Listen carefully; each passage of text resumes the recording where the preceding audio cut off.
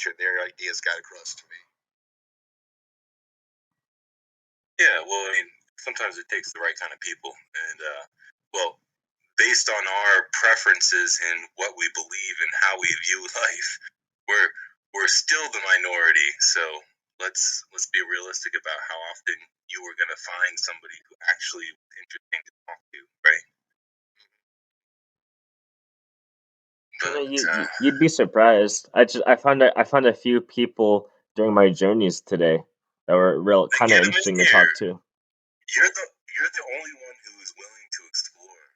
Like seriously, I want to hang out with you because he's willing to like putz about outside, and that's something that I just don't do. I have no tolerance for that, so I need to learn something of that from you.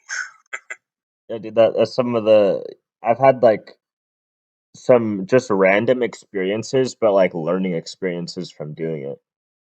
So I Well, mean, absolutely. yeah. I mean, not everyone sucks, and sometimes when you meet the right people, interesting things do happen, right?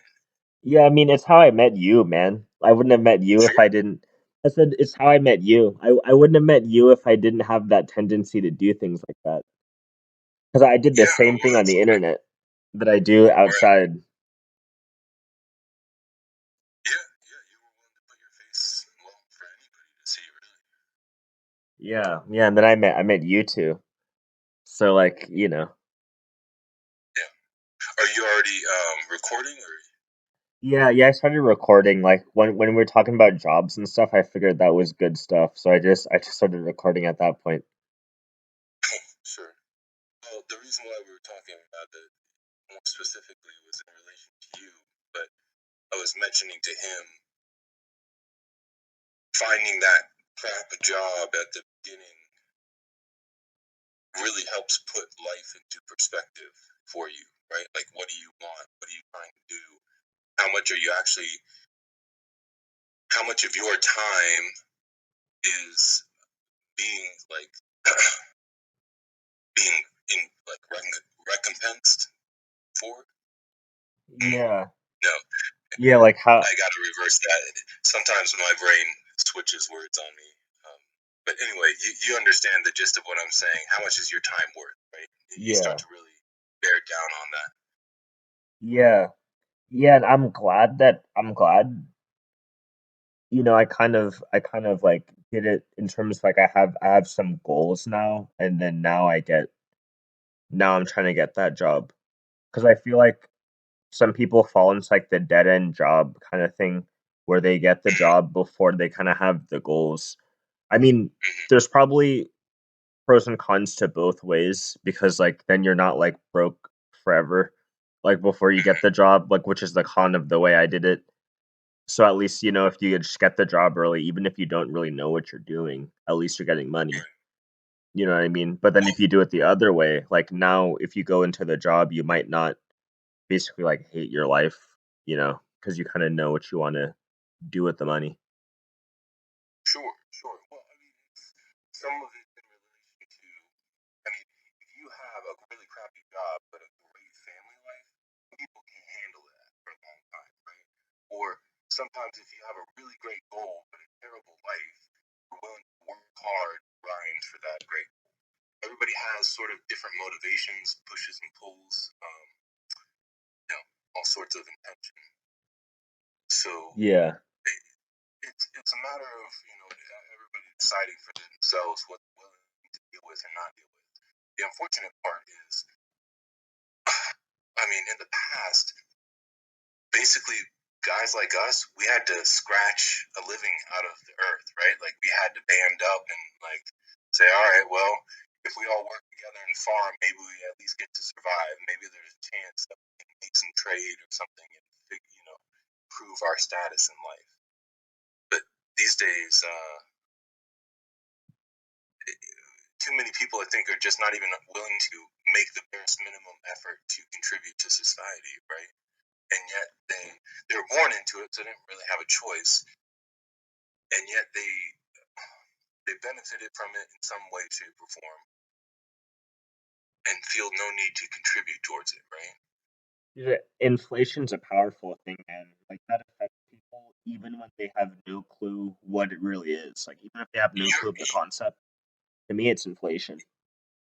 yeah, no, you're right about inflation, but in practical terms, explain that to both of us, what you mean more specifically, because you're right.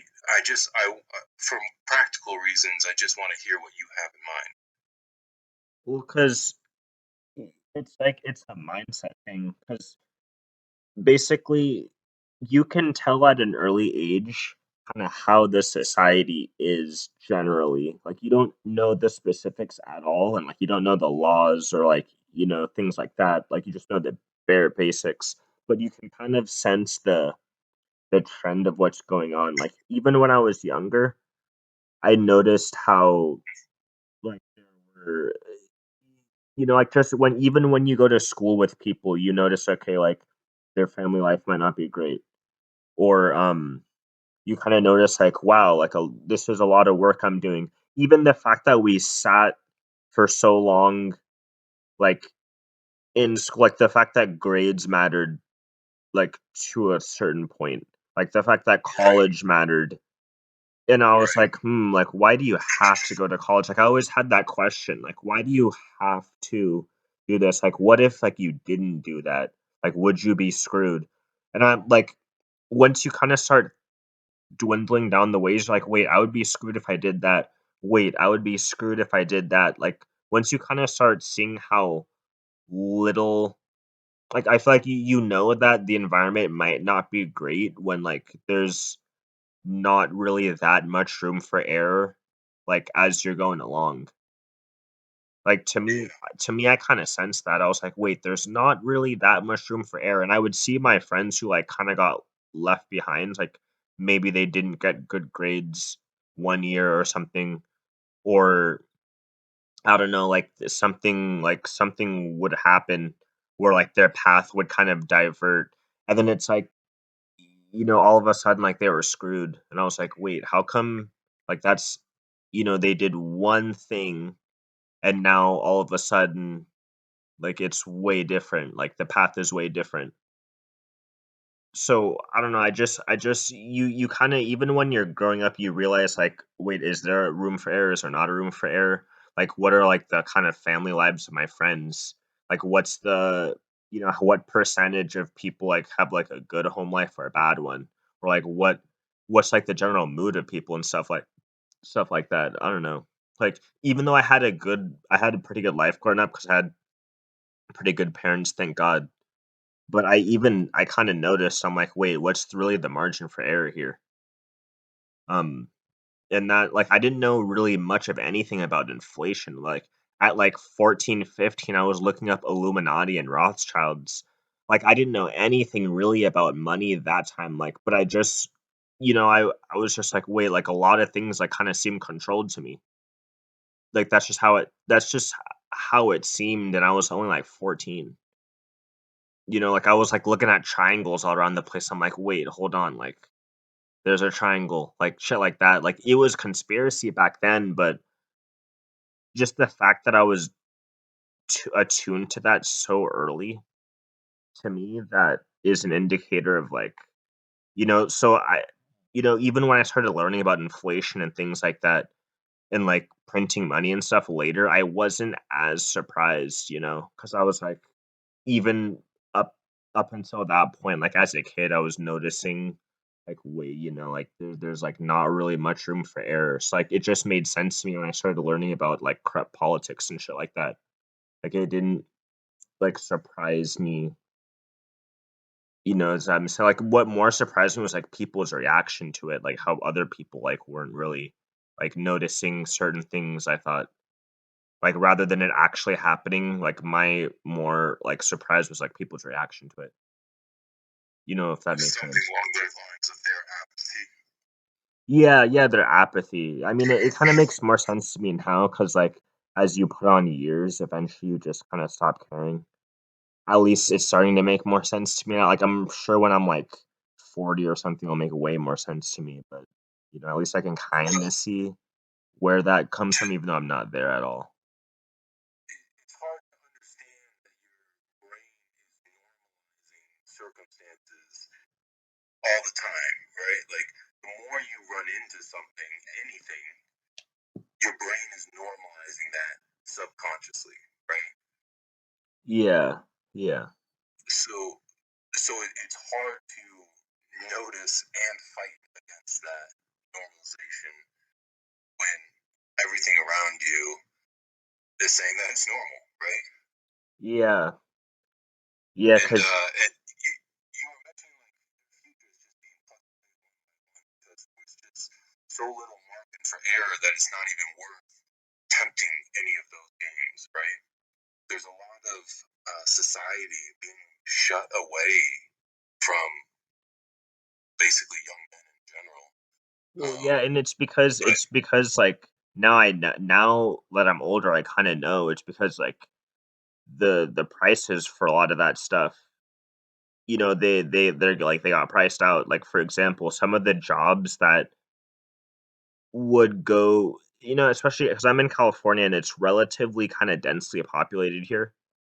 Like a lot of the jobs that we would have as like teenagers, a lot of times like as teens we kind of got priced out because there were people older than us doing those jobs.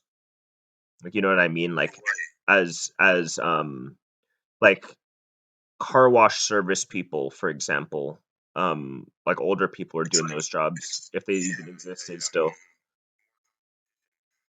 economic competition between generations right now, for sure. Yeah, yeah, and like to me that kind of goes back to inflation. And like the fact that Absolutely, college yeah. was such a big deal, it's like I'm like, wait, how come college is a big deal? And then I look at the prices of college. I'm like, wait, this is pretty expensive. I'm like, how is this? And like people taking out loans, like it just, Mhm. it like all started like making more and more sense as I went along. Like, but Sure. like now I can kind of like put the whole inflation thing behind it, and like to me that's like the crux of a lot of different things. Like I Well, just a lot of this boils down to just poor planning on a lot of people's parts. yeah, yeah, I mean, like yeah, I guess that's true. I mean, people do what they can. Like to me, it's like I'm not even really like mad at central bankers almost anymore because like I don't know, man. Like I feel like even they didn't really know. Like even they're not aware like how bad it is for like kind of the people who are like kind of poor, which includes a bunch of young people, right? Like young people, I feel like comprise the majority of poor, but It's also like like older they're people are poor. and Yeah, yeah, this exactly. momentum that was set up. These banks were established as just kind of like, okay, this is just part of the bloodline of our society. I mean, I guess I might as well just take part in it Yeah. and quote unquote help as many people as I can. But I believe that's a degree of benevolence Oh, being applied you think unconsciously. there's a degree because like the thing is for people their age, man, like a lot of these politicians and the central bankers, they're trying to prop up because they're like retirement age. So a lot of their buddies and shit, or the people that they not even their buddies, but just the people that they're familiar with are retired or about to retire. So they're trying to prop up the retirements of these guys. Like they're not thinking, and then also if you look at the average age, we're all under the average age of the average American. The average American's almost 40. Like so they're basically halfway into their career. So a lot of the moves that these bankers and shit are making, they're trying to prop up like the retirement plans for a bunch of people in the country. They're not thinking about like people like us, like the people younger than like the people who aren't really about to retire anytime soon. Like, The definition of a crash is when everybody stops believing them. yeah, when everyone stops believing them, that's a good definition. And so I don't even want to like maybe there is malevolence to what they're doing, but they're prioritizing like the majority of the population is older than us, man. So it is what it is. Like, obviously, it's not great for us, but, like, I don't really know if I wanna blame them per se, because technically the majority of people are older than us. Like, you know what I mean?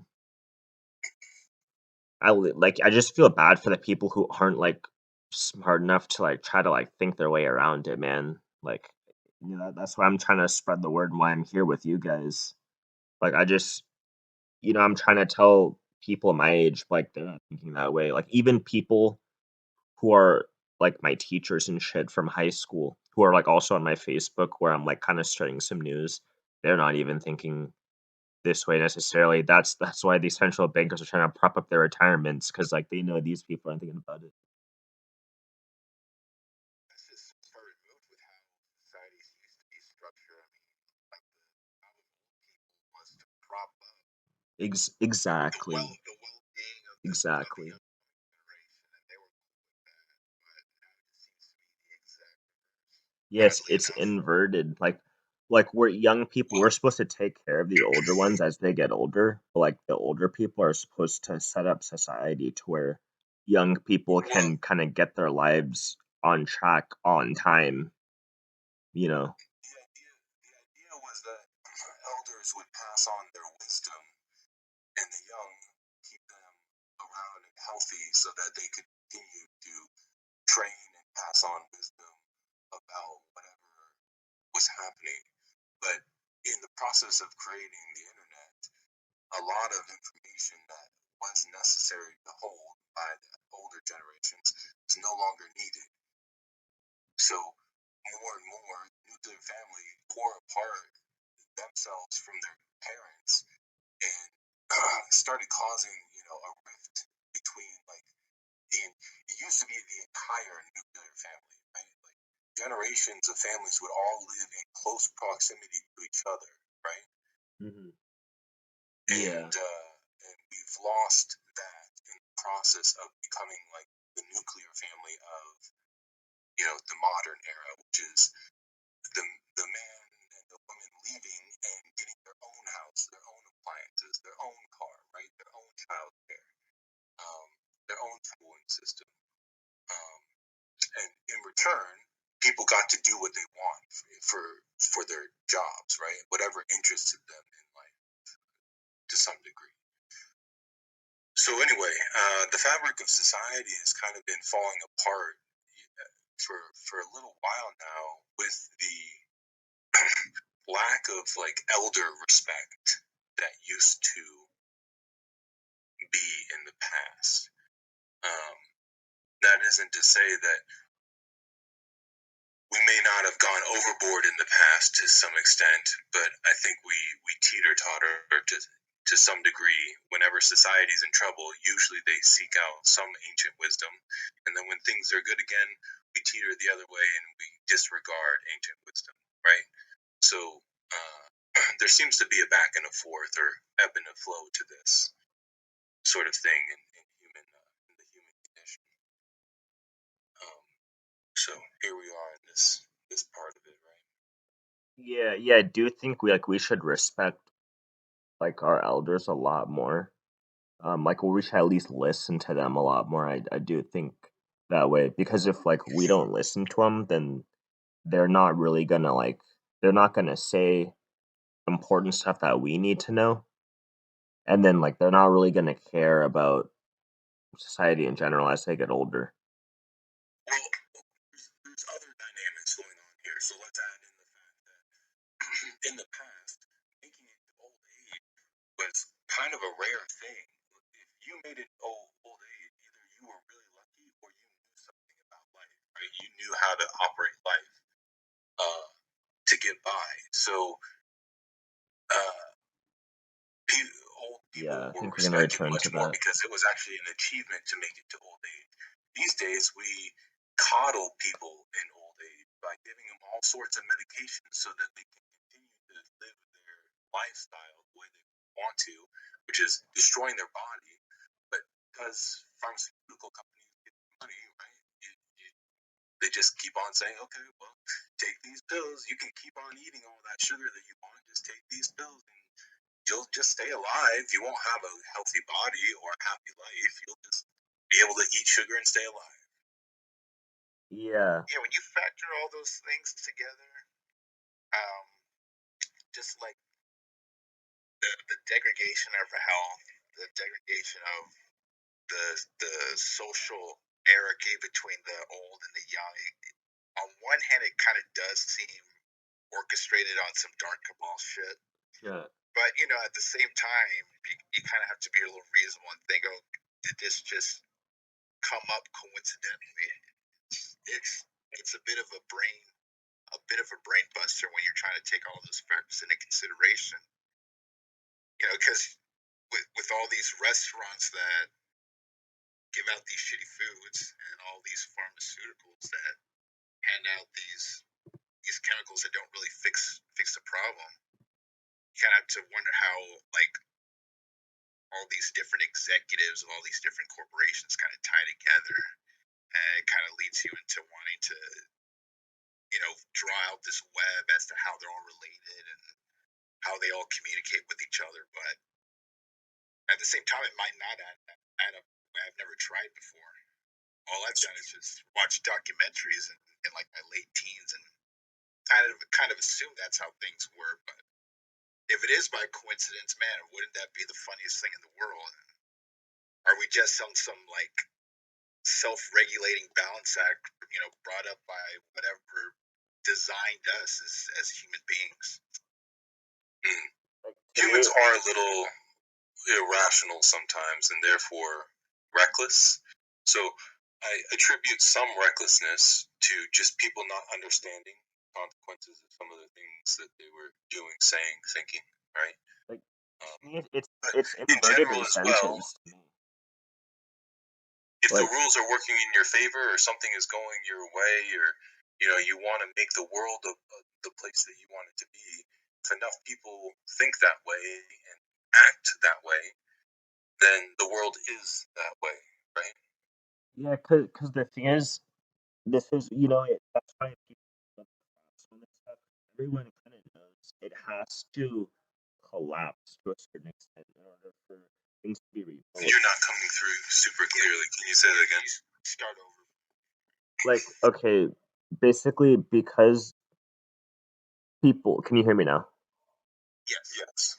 Okay, that's why everyone's, or not everyone, but a lot of people are talking about collapse and things like that, like around this time, because everybody knows that, like, people aren't like, we're not stupid. Like, we know that, okay, a lot of people are aware on some level of like the inverted incentive structure.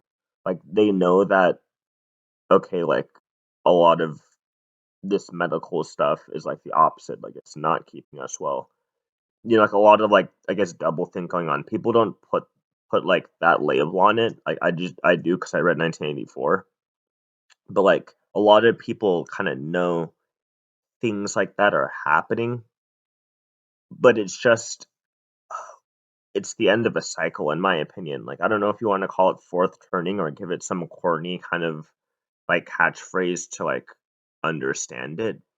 But like I do think it's kind of like the end of a cycle. Like that's why kind of the older people, they're not really aware of the things that the younger people are facing because when they were our age, it wasn't this bad at all yet. Like it's just recently gotten to the point where like now over that point where it has to change now. So now it's a matter of time. Because at some point, if you keep pushing back, like, okay, if too many things are opposite day, then like people kind of get mad and then they stop participating because it doesn't make sense. And Too we're much clown world, and they don't like the circuses anymore because they feel like the clowns. yeah, like too much clown world, and then people's lives are like just kind of too messed up by the social, like once the social order gets too far away from like the natural, like what's natural, then people reject it. It gets to a certain point though, right? Because like you can accept a certain amount but like once it gets past a certain point, then you can't accept it anymore. And I feel like we've recently gotten to that point where okay, like now it's not acceptable. Like within the past, like probably since 08, 09, somewhere between 08, 09 and like right now, we passed that point of where it's no longer acceptable. So now, it's like gonna collapse at some point. Like you know what I mean? Everywhere.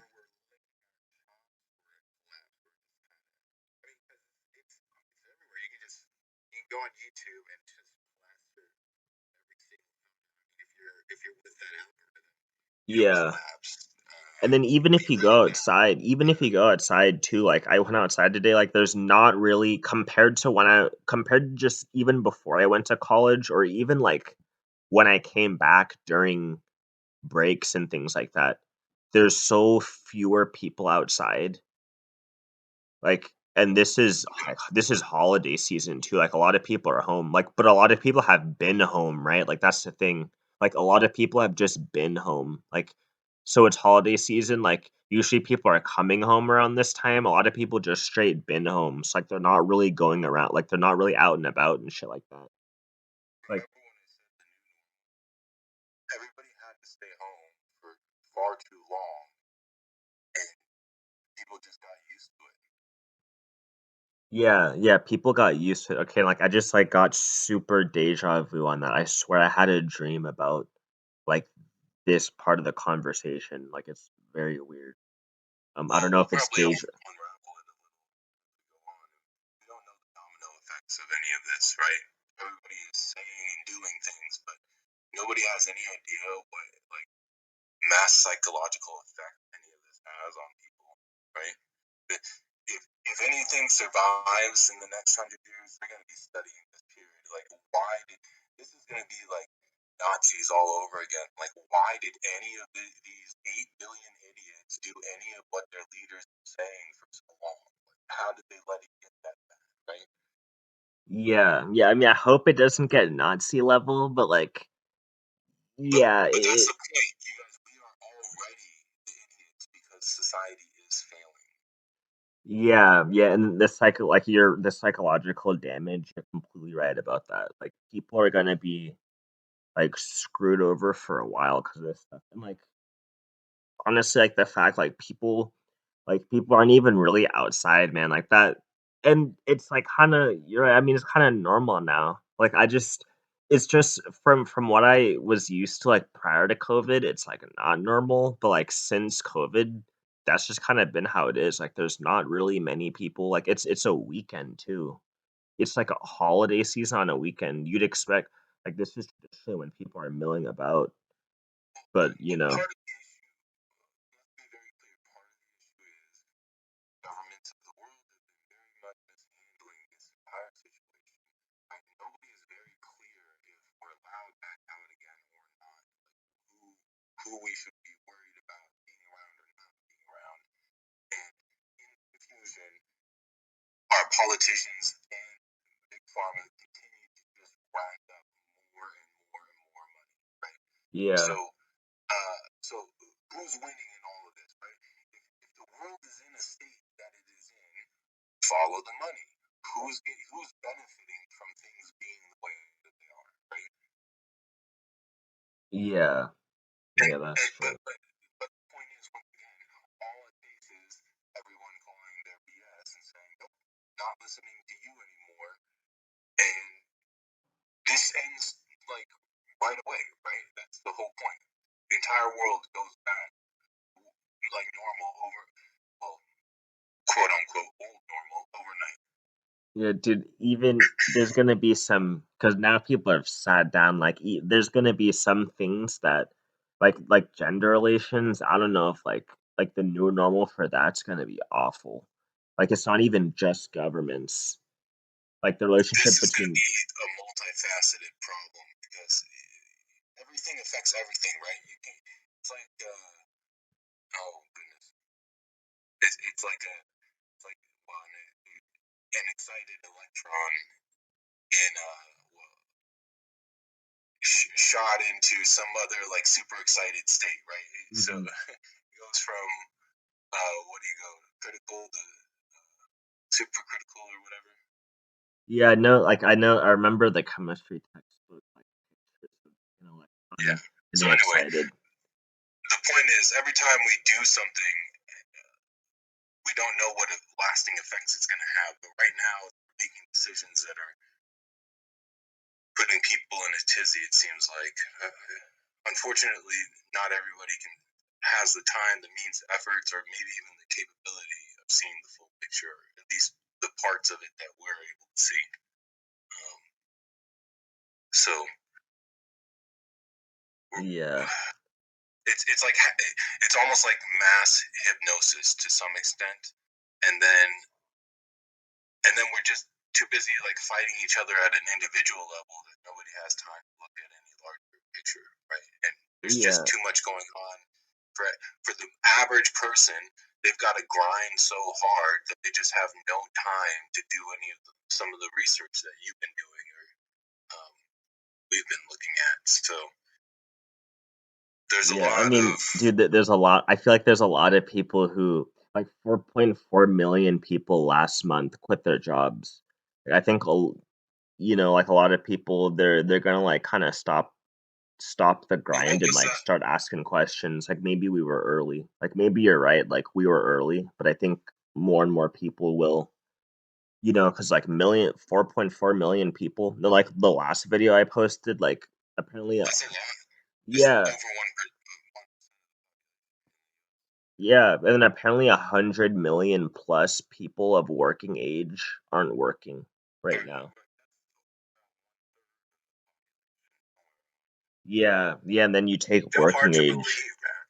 Yeah, to me it's hard to believe, but that may be true. And the interesting part about all of this is the reason why we're not really seeing the repercussions of this is because there's a lot of families reconnecting, right? Like parents and children and people with wealth and those without generally come to attract to each other when there's a problem, right? So yeah, that's true. we're able to sustain that for a little while, and hopefully that weathers some of this shock here. However, there's another side of this that wants to pull it all down, right, and just rip it all the way at the seams and let the whole thing come apart, right? So yeah. It's not enough that we just can like slow this down. We actually gotta give guys incentives to build back up again and work, work towards a better society, right? Tear it all down and rebuild it doesn't actually work. Nobody understands just how far the dominoes fall in those cases, because nobody we comes out on top actually comes out on top in those situations. It's always a cluster, and nobody's happy in those situations.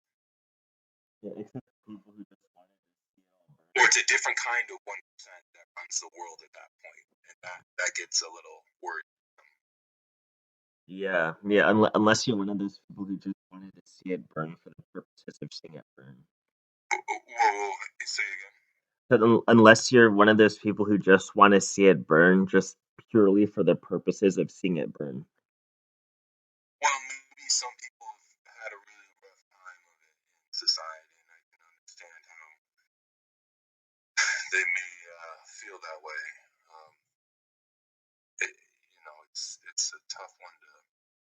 It's a tough one to work through, because that's a very personal thing, right? Nobody gets that far in life without that being deeply personal, right? They've been probably stung one too many times now to they built up a resistance, let's say, right? Mm-hmm.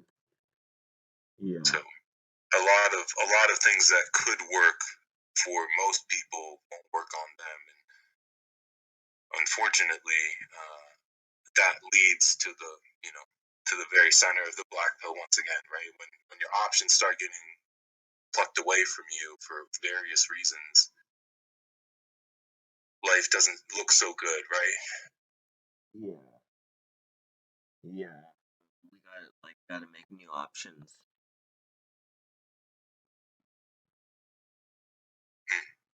Or yeah. Because when you're coming up, it's like the promise of a good afterlife, where you got to get some sort of material gain out of it. if someone's a quote unquote pleb, not to imply the derogatory application of this word, if you're a pleb and you're working your whole life as one, you're going to need some sort of relation to either higher power, or if you're not, some sort of like religious serf working day to day, then you got to be moving up some sort of ladder, or else something's just not going to add up inside you. Yeah. Yeah, in general, people want to think that they're improving their lives or progressing it in some way, right?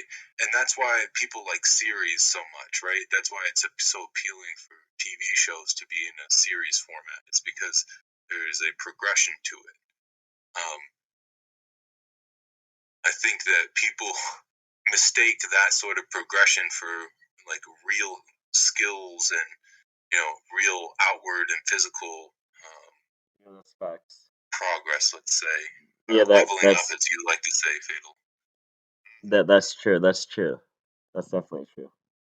I So noticed I that. think, I noticed that. but that was the whole point of television in the first place. Once corporate interests got their hands on it, right? Like television used to be about news, and then it became about entertainment. And then once it's about entertainment, it's about money. And then how do we keep people watching longer? So it's no wonder that all of this stuff has developed the way it has.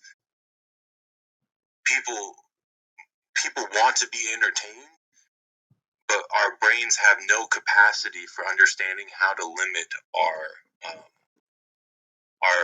desire for pleasure or entertainment, let's say.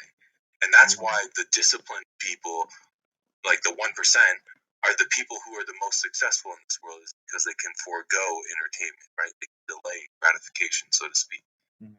So it's no wonder that we are the way that we are and things are the way that they are. It's because we're human, right? Our brains are designed this way, and we've been pressing those buttons for the last umpteen years as a society and a civilization. We've been pressing each other's buttons mentally, and it's no wonder that so many people are breaking down, right? It's no wonder that too many buttons have been pressed for too many people, that even the youngest people are some of the brightest minds, I guarantee you, in some of the youngest people that we see out there, and they're just like, no, right? Like at such a young age, they're just saying no to life. It's terrible, right? It's terrible. We gotta give them some sort of better future, right? Yeah. Yeah. You Yeah. think that would Definitely. entail some sort of like voyage to an uncharted territory or something, but well, people need to be able to make mistakes a little bit and not have that be like socially fatal or physically fatal, right? Let's be realistic here.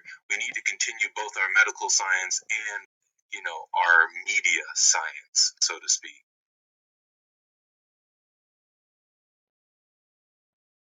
True, although given the whole like Fight Club mythos, I would assume there are some people there that wouldn't mind running the risk of any like major injuries or something. I mean, that just goes with the chase. Some people are thrill seekers, and they'll just take that chance.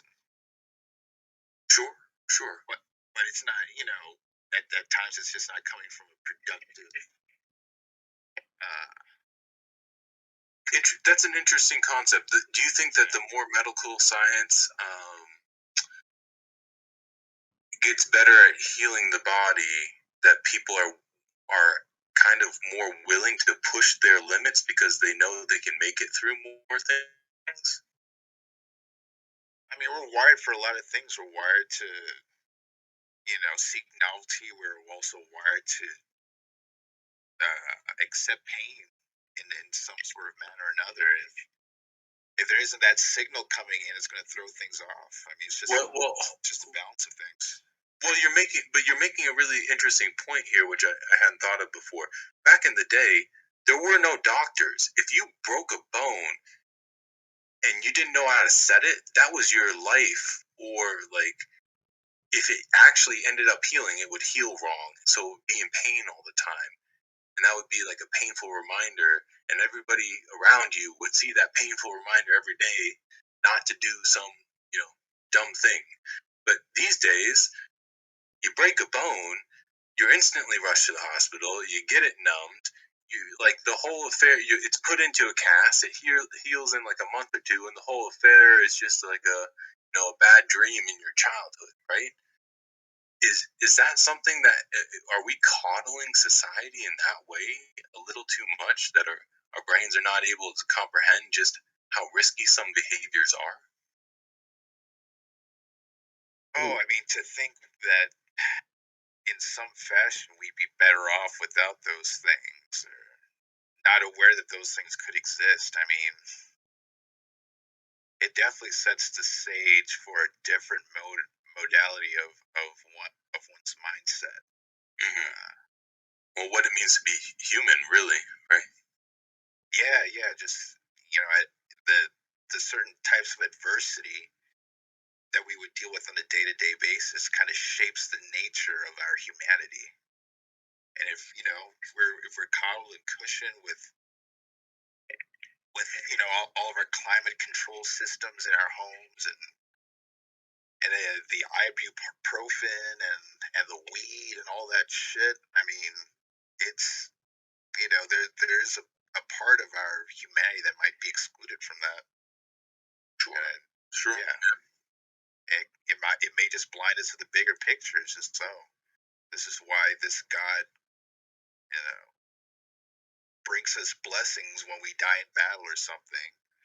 Like you know the Nordic people or the Vikings or whatever you want to call it, Valhalla.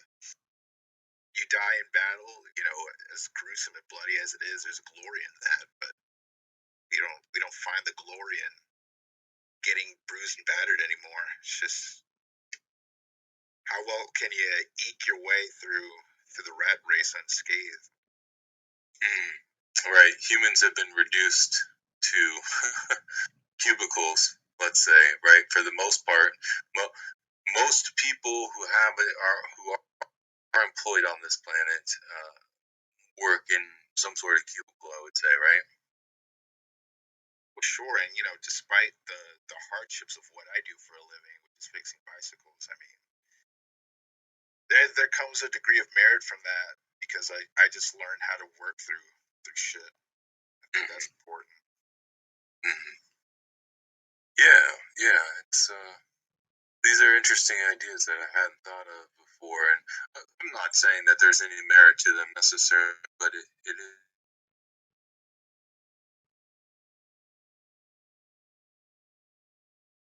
is interesting to say how we might have once again we're tinkering with ourselves, right?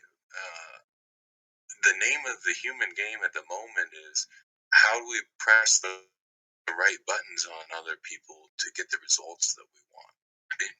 And we used to do that politely to each other's faces, and now we don't even need to bother anymore, but we're at the point where it's just we say whatever we think we need to say to the person to get the result we want these days, right? It's more of a minds game than it is a body game now. Right. And you're hopefully you're talking to another person who is a genuine individual, and you both come to some sort of agreement that it should be a mutually beneficial arrangement, right? Or some sort of condition is arranged that's mutually beneficial. Ideally, anyways. That's the interesting part about all this, and I don't know how all this comes about. Our ability to lie is such an interesting capability, and I'm also coupling that a little bit with women's hidden fertility, right? You can't tell. So some animals, the females of those animals display some sort of like fertility signal, right? Or give off some sort of pheromone or something. But women have evolved to hide their fertility, and we may have spoken about this before. Maybe I've heard this several times from different sources, but I just think that's such an interesting concept that our species had to like evolve together in such a way that we would even necessitate the concept of lying, right? Was nature not difficult enough, right? Were things not difficult enough? What, where in our makeup did lying come into be? That's something that I've got to look into at some point. Yeah, that's interesting right there. Like no signs of fertility at all. Well, so in the past, my understanding, if we want to dig into that just a little bit, my understanding of the past is women used to be basically flat chested and like boyish looking until they were fully matured, which usually was like 13 or 14 back then, or 12. I don't know what the Well, whenever their cycle started. Right, exactly. But the point is, they wouldn't show that they were fertile until like those periods of time during their cycle, and at that point, their bodies would swell, right? Like their chests would swell and their butts would swell, basically, or something along those lines. Anyway, and they would give off maybe a pheromone of some sort, and that's how they would signal that they were ovulating or something along those lines. So, don't quote me on any of this, but that's something along what I understand is the case. And over time, what happened is like breasts started just staying larger all the time, and like the buttocks, as more and more like healthy foods were found, just started staying larger all the time. So somehow women were like growing their bodies in a way that um, hid the fact that they were like fertile to the men around them by by morphing their bodies into the quote unquote like always fertile state looking. Because correct, yeah. Because women don't really need breasts unless they're like feeding children, right? Otherwise, they're more or less a liability. So yeah, the whole blowing up, I think, would be a display. Well, I mean, I might have heard this somewhere from like an evolutionary biologist, but it's more along the lines of, okay, my body's capable of, through sheer calories, like weathering out a pregnancy, even if there might be a shortage of food. Sure. You know. Well, right. Of course, fat stores is at one time, if it's properly placed, was a sign of health, right? But being overweight was a non-survival trait as well, right? And having large breasts would probably have been a non-survival trait in our ancient history, right? Oh yes. So it's it's interesting that over time, as we civilized ourselves, women, I don't know when lying actually first started. Everybody has their beliefs or thoughts on the idea, but um, there is a distinct demarcation in like the feminine frame. I think that they have in skeletal records, as far as I understand, of how women have kind of developed their bodies to be always in that like fertile looking state, like I said. So I don't know exactly when that demarcation happened, but something happened in that around that time frame where it became the best option for reproduction to have this capability to hide your reproductive capability as a woman. And I guess that's around a time when there was more men available or something like that, so women could start to be a little bit more choosy. Not everybody was dying off due to the wild all the time. Maybe tribes and civilizations started protecting each other a little bit better. I don't know exactly what happened with between the nomadic tribes or hunter-gatherers and whatever happened then. And then the agricultural revolution, I think that changed a lot of things too, but that might be a whole other subject to talk about.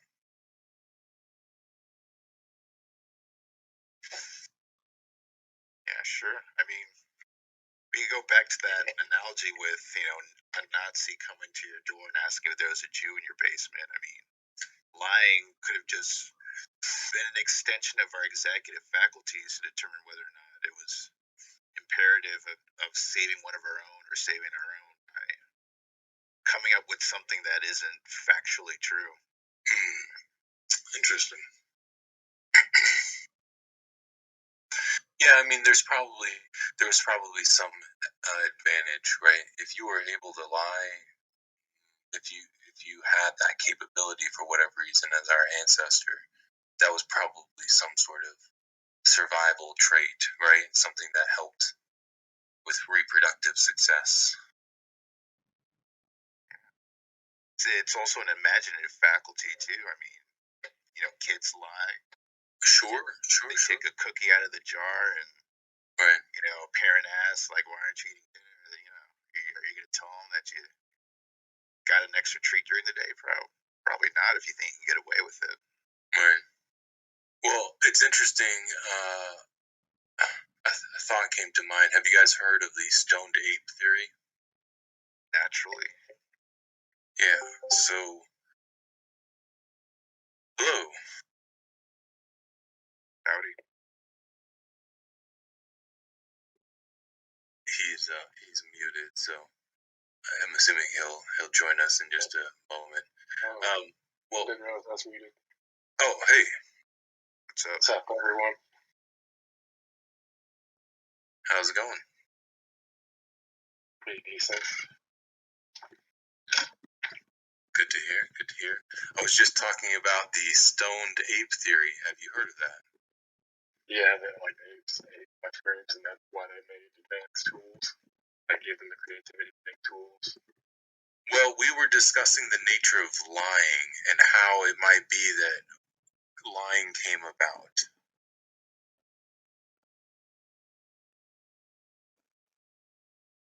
Of like an evolutionary biology kind of pretense, and then, I don't know if we were going to go into like a mythological thing. Maybe we already have to some degree, but it's an interesting concept, being able to warp reality as you see fit to achieve a certain end game. Yeah. Well, let me back up a step for just a second. What are your thoughts on like women being able to hide their reproductive capability over time? Are you talking to me? Yes. Are you talking about concealed ovulation? Correct. Let's say like that was the concept that made me black-pilled, because there's only like 15 animal species that can do that, and they say that that's also why like humans mate in like closed spaces behind doors. This part of that. Interesting. I hadn't heard that part before. Yeah. So we were just thinking about or postulating a little bit about why that might have been a survival trait, right? Like why is the need for lying or the concealed ovulation? Why are either one of those necessary? Why did either one of those produce like a pro-survival characteristic in humans? Because a lot of times in like early humans, one like male would come along and literally like kill the offspring of another male, and then just like mate with that woman, or they think that anyways. Like really primitive humans. So like they think concealed ovulation is like basically so that like a woman can get security from one guy and get away with having the kid of another or whatever. But if that one guy found out, he might like kill the kid or something. Sure. Interesting thought here. If the woman had been impregnated by the previous guy and she was not yet showing, perhaps, do you think that the concealed ovulation would help them with like convincing the person who just murdered her previous partner, convince him that it could by chance be his child? I don't know about all of that, but the theory is the reason that they do that is because like then it's just it's low investment for that one guy in the situation, and the woman gets to like mix her genes with someone who she deems like high quality. So Interesting. So it's a good investment for her lineage, and it's a good investment for his time, especially if he doesn't put resources to the kid. You know what I mean?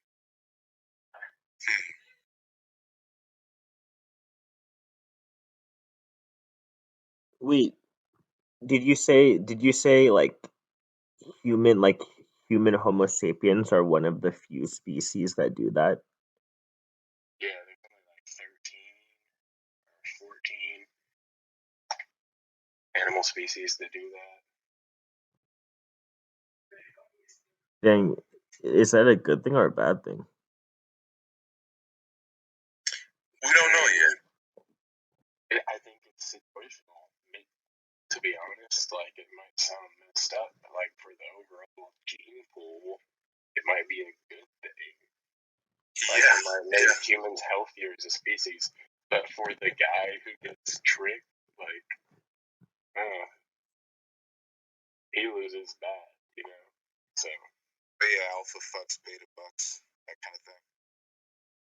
Well, but that's how society was built, though. Like, let's assume that this programming, this wetware in all of our biology is going on for quite some time. That's how we got this far, and now that we're seeing that how the game is played on the other side, things are unraveling very rapidly. It seems like. That's why the lying is like a crucial part to that, because the one party that gets left out, if they find out the truth, they're gonna throw the board game over and walk away. Sure. But what an interesting biological system that we are. That any of that should be even necessary, right? Why would we need to operate in that way? Why would our DNA and biology need to work in that manner?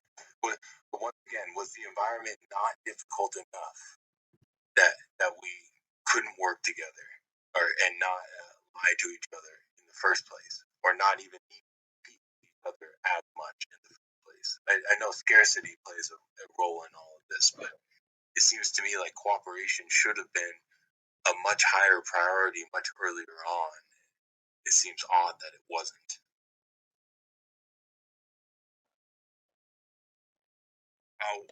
One other note that I want to add before I walk off for a little bit is that perhaps that sort of runaway train in terms of these traits, behavioral traits we develop, kind of led to us developing kind of this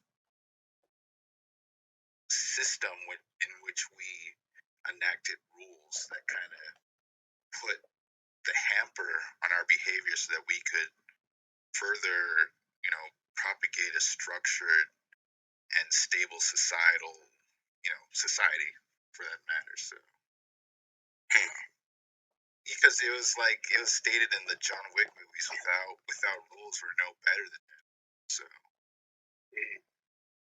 through the recognition that lying is a possibility and that higher forms of deception are a possibility, that encourages us to establish rule-based systems in which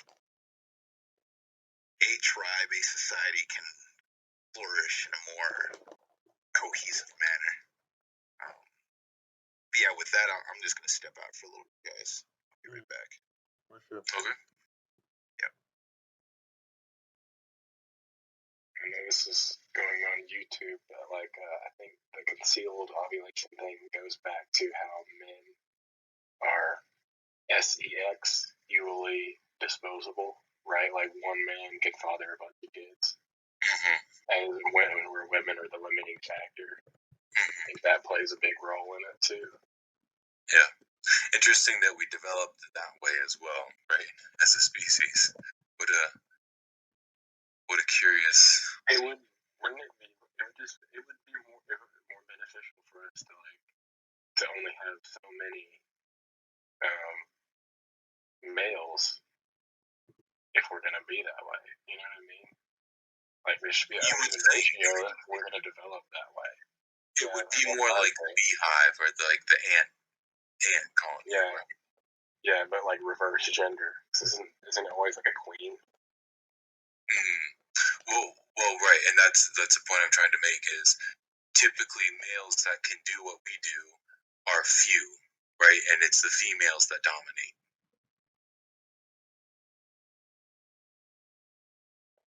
But at the same time, there is like either there's similarities between like ant colonies and bee colonies and like how humans live in big groups too. Like humans still need more developmental investment. So you know, right. if you've ever watched those documentaries about like the polygamous Mormon families where like one dad and like 6 wives, the dude has like 70 kids. He barely knows their name. Like that's not good for us to be that big of a scale, but I understand where you're coming from at the same time. Like that ends up hurting the kids mentally. It's hard on them and stuff. I had a teacher, a psychology of all subjects. I had a psychology teacher who was Mormon. He had 10 kids. He was like literally had an 11th baby. I think the guy was in his 40s or maybe early 50s, and he had like completely white hair. Like his hair was just straight white. Like his face looked super young, but his hair was just straight white. Like every single hair was white. It wasn't even like partly white, like in those like touch of gray commercials you see on TV. It was just straight white. And his face looked young. That's what's stressful to a person. Would you believe? So my dad,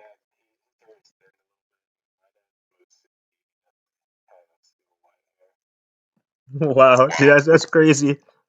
Man, dude, your dad's been chilling, bro. Mhm.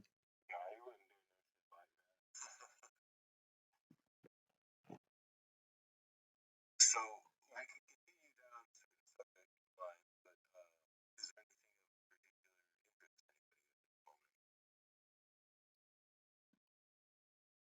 interest I'm eating a bag of Mike and eggs.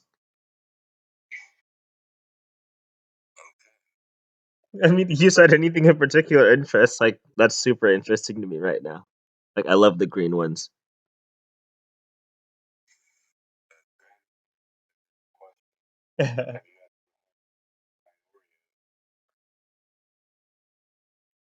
Deep for no, I haven't. Yeah. Yes. And I know like there's like an Oreo in that instead. Right. I believe that I have, but I'm not 100% certain on that. I made them in like it's those and they're like fried. Nice. Okay. Wow. I've never had those before. I've been to like our county fairs. We have booths like that where they deep fry a lot of different stuff, and Oreos are one of them. Like that's one of them. I never had it before, but I've seen it. I was gonna ask you, I don't know one of those people in California that's like something about in LA, people getting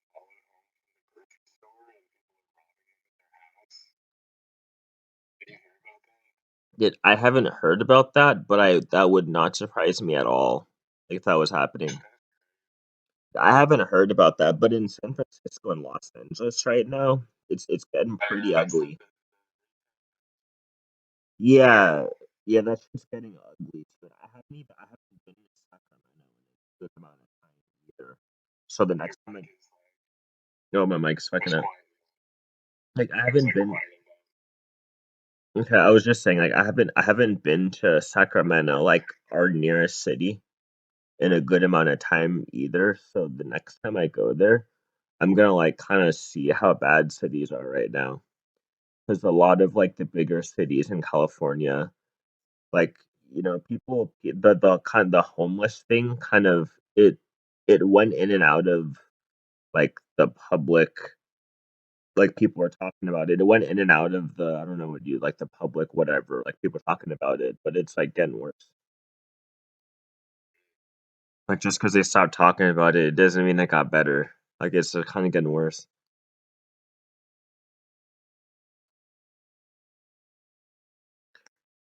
Yeah, so that story doesn't surprise me at all, to be 100% honest. On a day-to-day for the average person, how bad do you think it is out there for people? Dude, a lot of people, man, they move back home, like straight up. I see it around in my neighborhood, and I see it walking around too. Like, Well, we talked about that, right? yeah, yeah, like we're kind of going back to the days. I don't know if we're gonna go completely back, but just due to economics, we're going back to the days of multi-generational family homes right here. Like, not even because Yeah, people want to either, really. Like, it's just how it is. Mhm. the interesting part about all of this is that people can do that, and the nation is reacting that way. But the other side of this is there are actual jobs that need filling, transportation, manufacturing, production, all that sort of thing. Um, just because the money is available for people to like stay home, that doesn't mean the economy can afford that. Does that make sense? Mhm. That makes sense. You gotta have people to produce stuff. Well, right. But the issue is like Rami likes to say is inflation here a little bit. There's enough money that has been gathered up, let's say, uh, that it doesn't cost a lot to support a human, right? If you already have a home and food and all the other essentials, um, adding one more mouth is actually not all that all that difficult, right? So once again, money is there, but our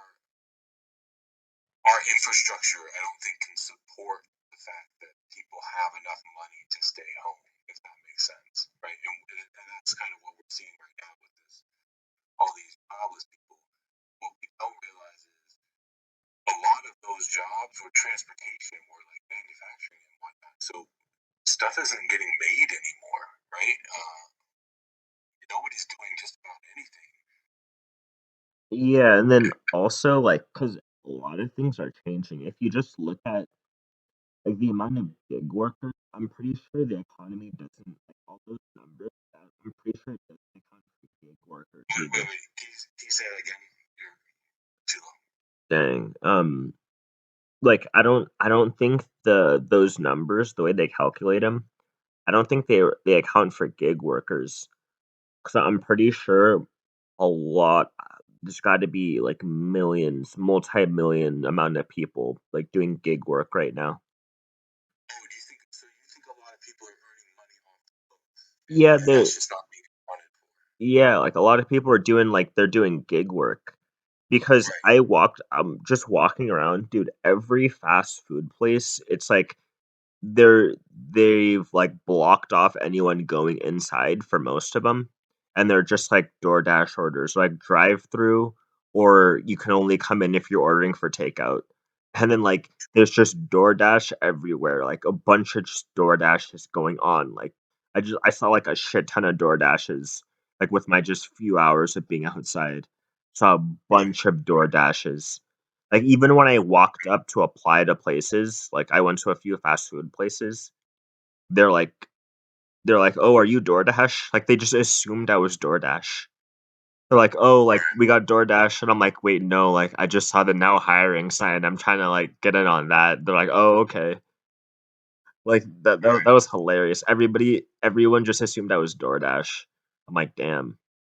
Like so I'm pretty sure the gig economy is like kind of booming right now.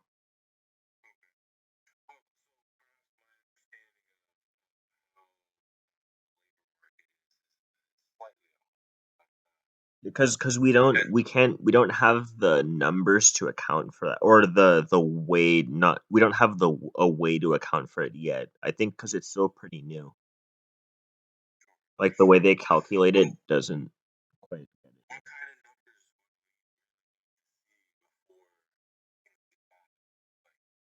at a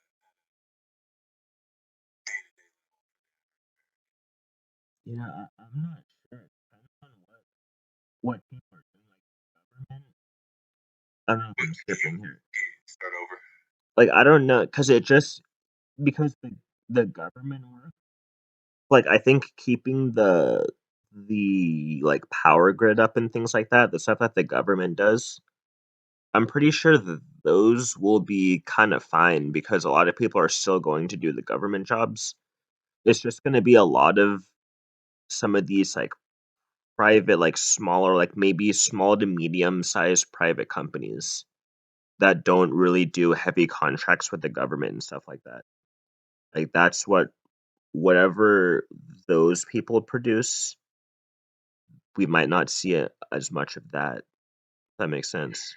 Like, so I don't exactly know because big tech will be fine because they do a lot of government work. Um, and then like they have other means of being fine because like they're heavily involved in the stock market and things like that. Power stuff. Does it seem a little bit odd self-driving trucks are starting to come into play? That truck drivers are leaving that profession in droves.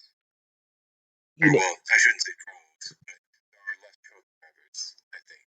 well, That number is declining. yeah, because I think the narrative that we've pushed for the past, I've been hearing it the past decade.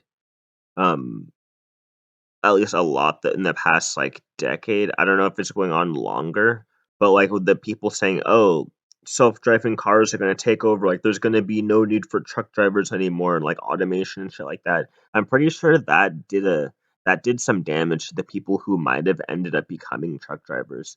Like a lot of people don't realize that those jobs pay pretty well, but then the conditions are pretty awful. Yeah, Right? yeah, And that's anybody who had to quit just said, I'm not going back. yeah. Yeah, because I guess granted the conditions are awful, so that's probably part of it. Like the conditions are like pretty bad, from what I hear. So that's probably part of it. But the whole funny thing to me is like these self-driving cars and trucks, like they're not that as close as people think. Like they're not really that close. So this shortage is just funny to me because everyone we heard a lot about, oh, automation is going to take over those jobs, and now all of a sudden it's like, wait, where's the automation? Because we have a shortage of like hundreds of thousands of truck drivers across the entire world. Like to me, I mean, that's funny. as cool as the concept is, like the hype behind how things are going at the moment. We don't even Yeah, have like federal regulations self. the level of automation. Hmm.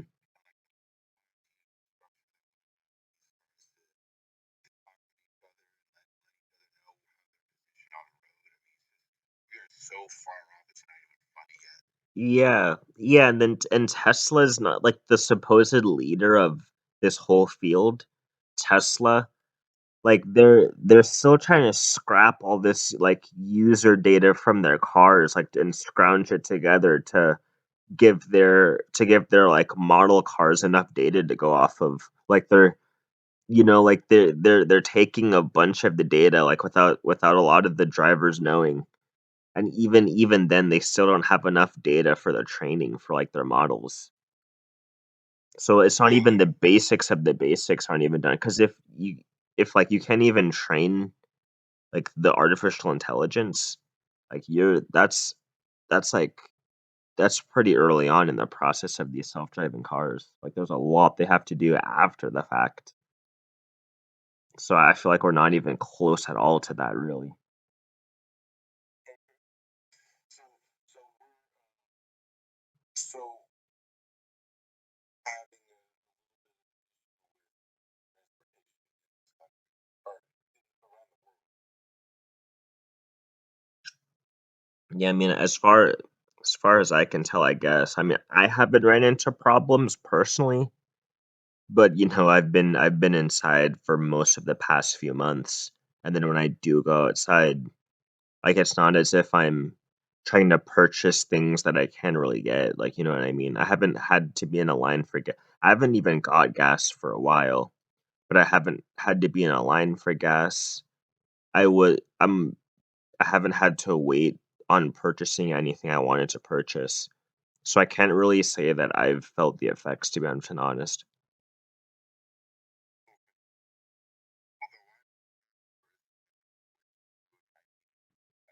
Bit more come by. I haven't had any clear problems, you know, buying groceries or anything like that. I mean, I don't drive, I don't pay for gas. Yeah, I work at the place I work at. I mean, we're getting pretty decent quality cars. I mean, out of this world, but yeah, I don't feel like I've been deprived of anything yet in a general sense when it comes to my day-to-day commerce, to put it briefly. Okay, that's fair. That's fair. It's interesting to hear all the about all the blockages and like the Suez Canal, all of the cargo ships that had to be diverted from California all the way over to Florida, um, all the sort of delays, all the shortages of drivers I hear about in like the UK. Um, I hear about all these things, and what I don't hear is more discontent or more of like the toilet paper fiasco that we had at the beginning of the virus, right? So I'm wondering why is the media trying to portray that so much, play that up so much, when actually on a day-to-day basis, apparently none of us have been affected, and we don't really know anybody who's been I immediately mean, affected, other than the occasional things not being on the shelves, right?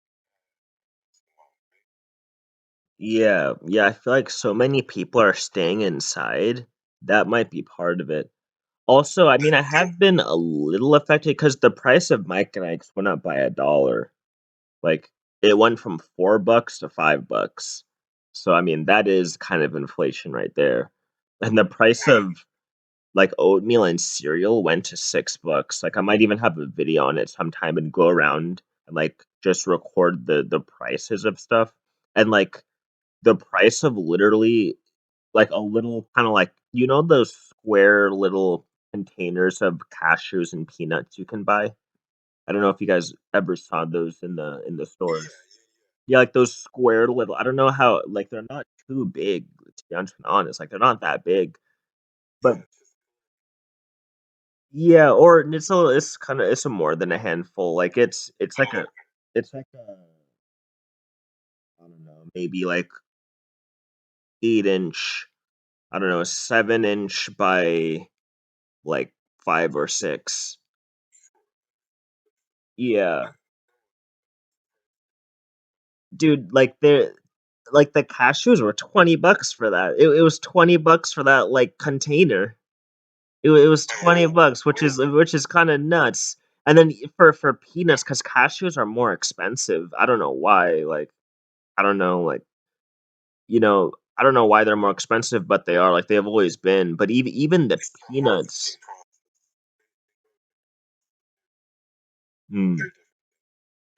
Okay, but even the regular peanuts, like the regular Planters peanuts, were $16. $16 for like a square little like kind of plastic container of those things. It was $16. That's pretty. I mean, that's definitely more than I remember paying like back before COVID.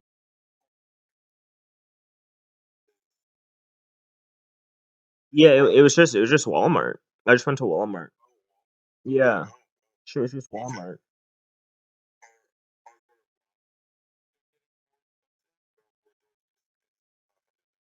Those were the things I noticed. It definitely seems like things like cereals, like kind of like more delicate snack, like or delicacies, quote unquote. I don't know if you call it those, but like those like kind of higher tier snacks, like peanuts, were more expensive. Like like the Skittles, like some of the like non-chocolate candies were more expensive. I didn't look at the chocolates. I probably should have. But like the non-chocolate candies were a little bit more expensive. But then a lot of things really weren't though. Like and milk also. Milk was like a little bit more expensive than I remember. Like dairy products. But a lot of it actually kind of wasn't though. Like I went like bags of chips. They weren't really that much expensive. Like that much more expensive. Like I should have looked at the prices of drugs.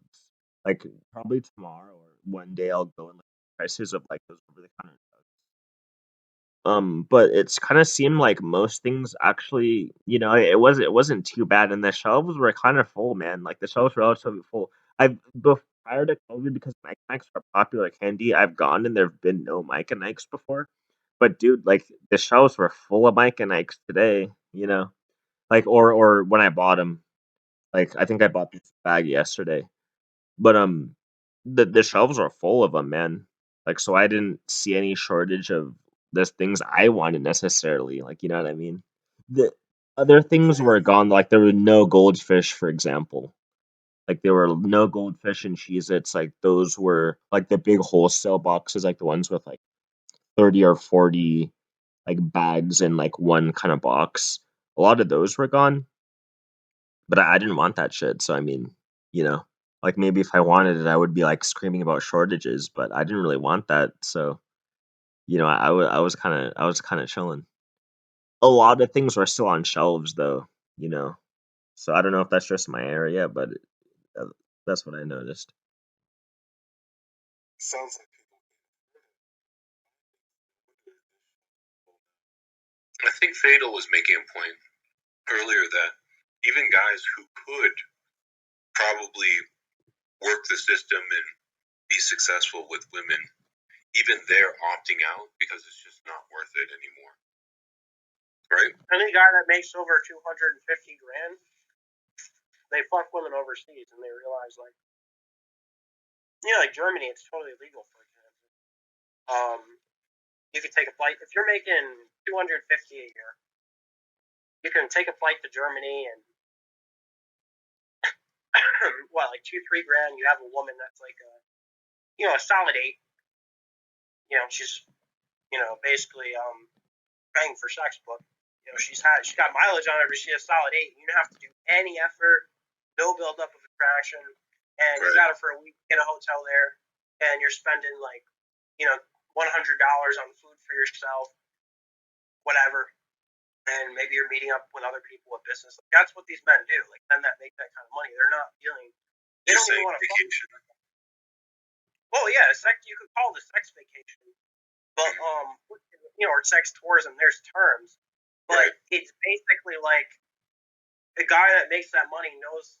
Well, if he's smart, he knows the legal risks in America. You just don't want to fuck with America if you're if you really care. But if you get down to the real world, maybe it happens.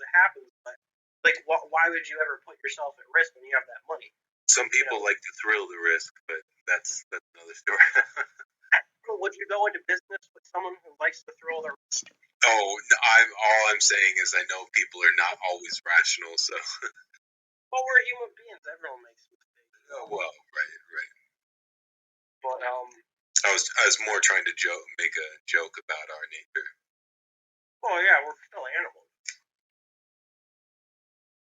I really think Even Mother Teresa took a break from charity work and did she worked some basic job. I forget what it was, but it was comical. She worked some not Stop and Shop, but she basically took a break from all that, and she worked some real funny basic minimum wage equivalent job.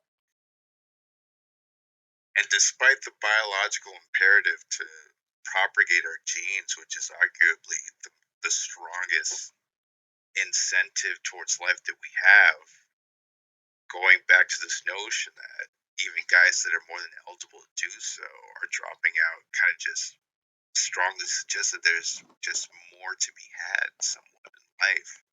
Right. We're just trying to figure out what that is. A lot of guys are taking different paths on executing that expedition. And, even though I could have easily, still been in the relationship that I've exited out of for, going on a year now. I had this awakening where I realized that there are these value systems out there that are there to kind of keep me safe and keep me sane and for lack of a better way of putting it, keep my soul intact. So I had to walk away from that situation, even though, I walked away with scars. But, now I'm just at this point where it says, okay, now I'm free now, even though I'm still suffering a little bit. I'm free to kind of get in touch with more of this being that's always been with me, to kind of take up this birthright of exploring this realm that I find myself situated in. And I think that's just that falls in line with more of what men are feeling nowadays. Yeah. I mean, going along with the pandemic and how things are turning out in that regards, and inflation, economy, it's approaching this crossroads, this crescendo that is realigning us with this higher realization of purpose. It's strangely grassroots because, again, it doesn't fall in line with this propagating our genes thing, but it just seems very primal. It's a reorientation of it was a reorientation of the human condition, right? Basically, it's the new frontier on what it means to be human. Yeah. Exactly. I mean, we have ways. I mean, at the end of the day, we got needs, and we have plenty of alternatives to kind of address those needs. I mean, I've already stated what those are on my end, and for other people, it's it's sex tourism, and for other people, it's just channeling that potential into their hobbies. So, I have you guys caught wind of that New York Times post article that came out about guys exiting the sexual marketplaces? Is fairly recent. Interesting. I think New York Times covered that. I would say just under a week ago, this article came out, and it's really setting the precedent of this sort of thing we're talking about entering the mainstream. I didn't think it would be coming about this quickly, but I'm actually going to find it and put it in Yeah, that's interesting. I didn't know genuine. New York Times covered that. That's very interesting. See, I feel like this trend has been like we're at like the end of it, I swear. I feel like the only reason like even probably we know about it now is because it's been like bubbling for so long. Like you know what I mean? Like I feel like we're not even like we might be early on like the consequences of it, but I don't think we're necessarily early on like the fact that it's been happening, you know? Like I Well, feel like I'm everybody almost can see late on different. that. Everybody can see different parts. People can see like what's the cause, what's the symptom, what is the circumstances or the environment that even brought it about, right? Everybody has a different view or take or perspective on it. Everybody's picking up on various aspects of what's going on. People can feel sick Whoa. and not understand that they have a cold or like bacteria or a virus, right? See, look, Correct. they said we've gone from a slutty summer to a flaccid fall. I feel like that almost always happens because you get overexposed like to like this the bad side of women, so then dudes dip. I feel like it's not a coincidence. A stunning majority of single dudes said sex is now less important to them. I'm not surprised at all. On the ninth, wow, dude. I mean, this it's going mainstream. Like just at like it's just overstimulation at its Do you finest. guys? We're a little bit question. There's a lot of slogans saying like feminism or like women are the future, but the reality, I guess the reality is if men are the ones who are producing technology and we decide to start taking over where technology is headed, then men are the future, right? But what does that mean for us? We deprogram our sexual drives out of ourselves. Like, what do we do about the condition of our species? I think it's like we're both the future. Both sexes are gonna have a role. It's just the people that did their thing previously, like some of these older women, unfortunately, they screwed over some of the younger women now. You know what I mean? Just like how some of like the dudes older than us got screwed. Now I think we're gonna enter an era where younger guys might not be as screwed as we were, like at that age. Like you know what I mean? Like the younger guys after us, they might not be as screwed anymore because like the correction's coming.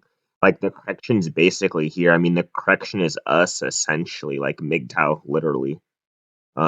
And all this red pill stuff. I mean, the correction is here. It's gonna take a little bit for it to like kind of get through the population, but look, I mean, it seems like it's happening now. Like, you know what I Well, mean? okay, What does the correction even look like? I mean, we're What witnessing it does now. Like, it's this New York Post article. Like, the fact that New York Post is covering this story, like that's what it looks like. hold on? Let's say let's say that there are more and more single mothers who remain single. Let's say that more and more men are not engaging in society and not working in the economy, right? Or whatever country that they're part of. The men go their own way, they build their own little thing, they make enough food for themselves to live however long that they want to live. What's next for people? There's not enough men to go around because The simplest solution is you have legal prostitution once the state secedes. So you have legal prostitution in America. That's the so they'll try to draw men back in, is what you're saying, by legalizing things that No, I'm not saying that will happen, but I'm saying it's a. I would have said it was a solution to the building tidal wave of feminism maybe in the early 2000s, but now I think things are so insane. Nothing. Everything's like throwing a wrench in some terrible Russian factory. Poorly developed. That's over species. huh? What is the For the future. answer is going to be, well, the next step is probably going to be China bioengineering mostly men. So they're going to be probably basically breeding men and cats, which who knows if they're already doing that, as crazy as that sounds. But ideally, the first society that has mostly men and they're high intelligence. We have a lot of things for this too. For gene therapy and whatnot. I'd say it's close, probably only like 5 to 10 years away, if it's not already ready. And basically, the first country to do that would be the one that would dominate. And that's I could go into why, but that's basically the next step. However, I think that's the next step. But there are other things like Sandman, for example, talks about, which I think he's extremely on point on when it comes to the sex robots. They're not ready for a while for changing the world. But I do think sex robots would be the best solution in a sense. But if you really look at how people are, if someone's beta, it's really hard to I don't know, this goes on to a whole other thing, so I don't want to ramble or whatever, but basically it's going to be bioengineered humans, and whatever government ships out humans with the highest intelligence and whatnot, and they're basically going to put breeding, well, I'm not saying they're going to put a breeding hold on women, I mean, but if they could, if they were smart and they wanted to basically just get the most power by immoral means, you would basically limit reproduction to one or whatever, and the state would have control of production. And the only reason I say one kid is because the world would have a shit fest if you said women couldn't reproduce, right? China can do it, but other countries could probably do it too, but you get the point. So basically it would be a state monopoly on reproduction. I think that's the next step. And the state is going to reproduce. They're going to basically make just men, right? Mostly just men. If they have women, they'll be spies or something. And we already have Chinese, it turns out that they're sleeping with politicians. I mean, how much info do these fucking women get when they were exposed after 15 years? And then you have these super PACs which donate to U.S. politicians, and it just makes you wonder how much information they have on us, right? But basically, I think that's the next step. That is going to be either full dive virtual reality or a sex robot get here, and technology somehow pauses or slowed down, which would only happen if China was put under control, and the world basically says they would have to put China under pause. That's what would happen. But then if you do that, you have to consider that Russia will probably become the new center for. And I actually think Russia is good, but Russia will probably become the new center for basically bad shit happening. And it wouldn't be Russia's fault. The elites would just move to Russia. I believe they're already in China, most of the elites, right? But in terms of influencing the country, I'm not saying they live there, but I think they do. I think they do influence it, or it really is a closed circuit system. I'm not exact. I don't have an idea on that, but I do have some theories. But that's where the future is, in my opinion, most likely. If you have that. Interesting. Yeah, that's one of the things that scared the shit out of me. Honestly, aside from any other doomsday scenario that I could possibly think of that would potentially lead to an extinction event, any sort of government body having to be human reproductively scares the shit out of me, because it's it's probably change in demographics is the one thing that reigns in government influence, because population dictates tax revenue and military and all that stuff. So once they do that, it's over. There's one generation. Well, I shouldn't say one generation, but there'll just be one last chance for whatever country it happens in to rebel. And if they're unsuccessful, obviously it's over for that country, anyways. But the scarier thing, bro, is once one country starts bioengineering, every other government has to do it to keep up, and that's the scariest thing.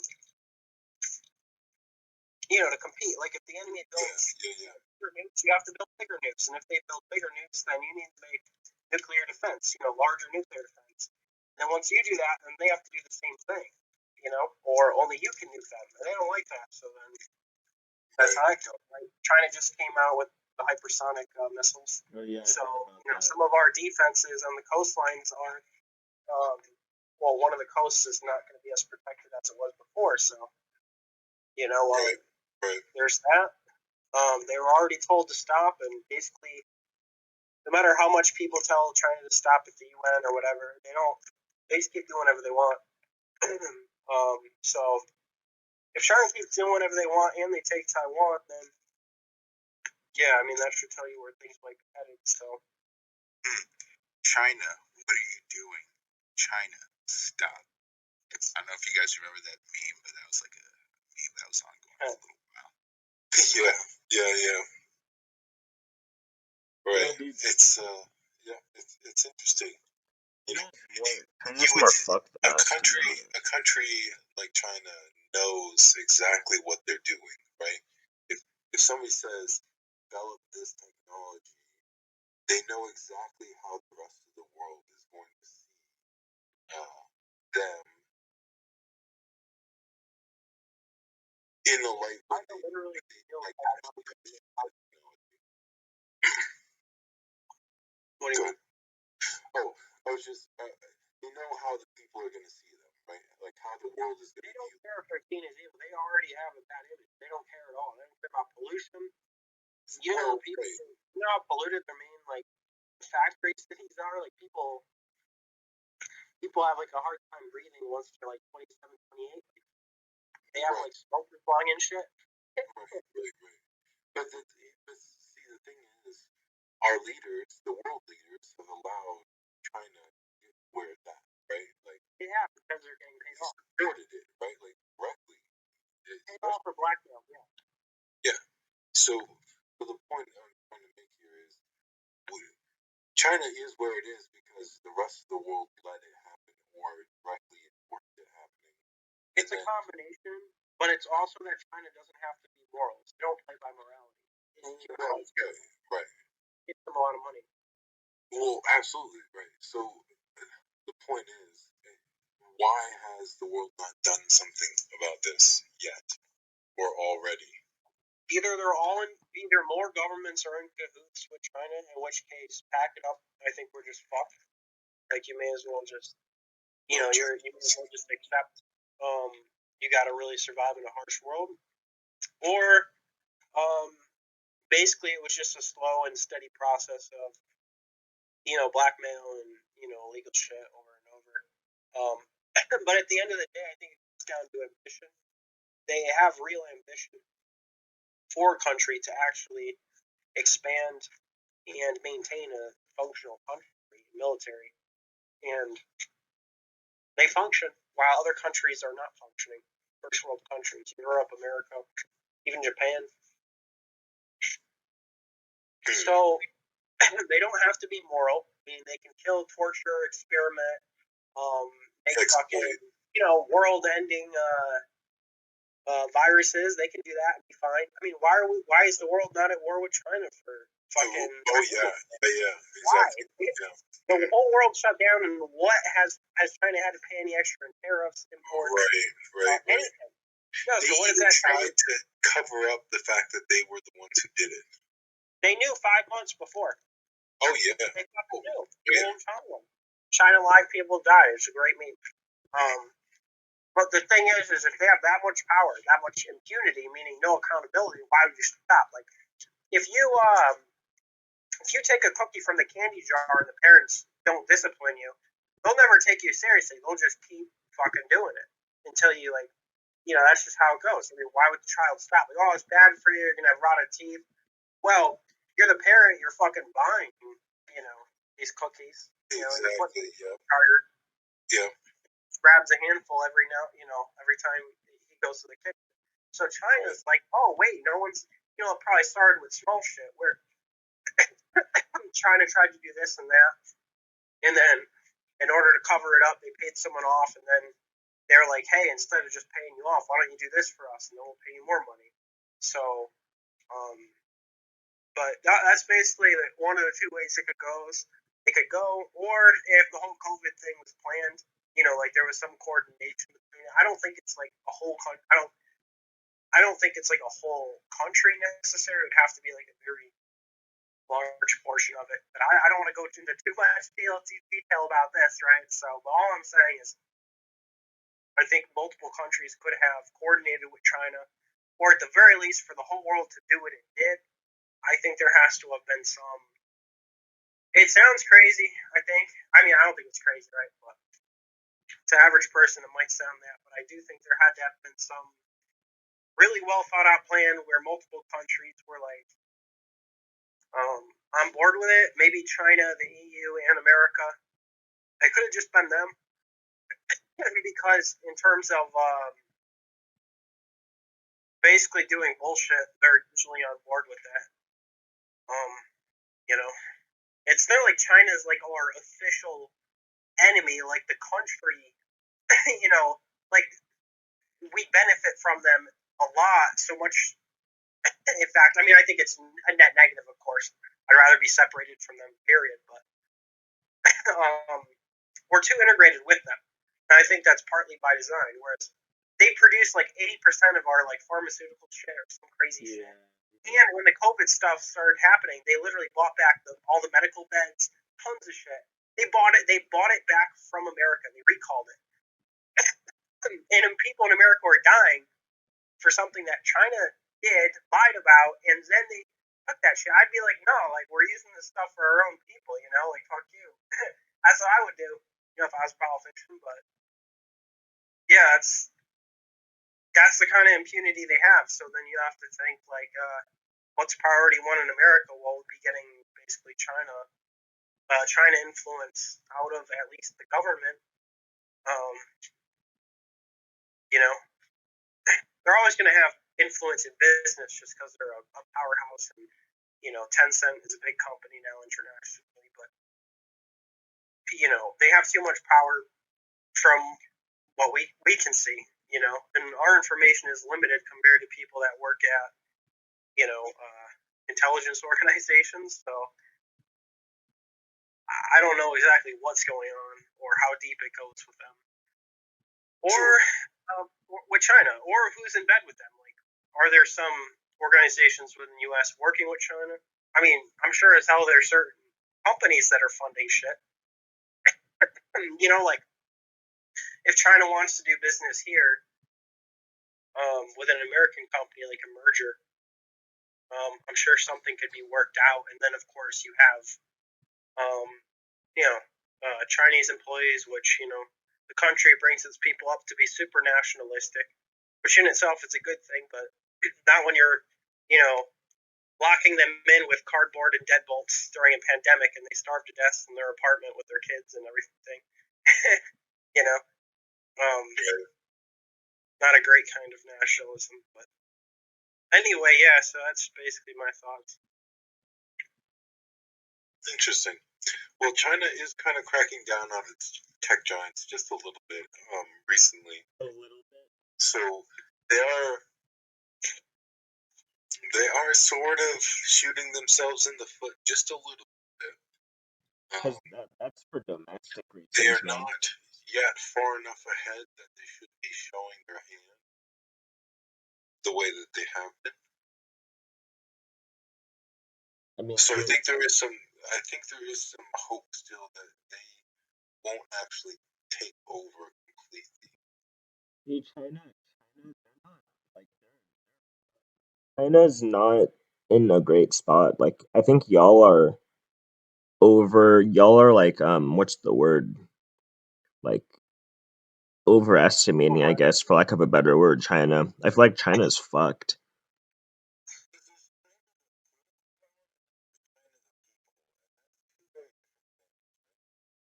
Well, that's true. The people would be more than happy for America to take over. They would be more than happy. Well, because then we could actually start having like a fair economy, right? And like we could actually get back to the business of making things. They care about not getting paid 50 cents an hour, maybe getting paid $5.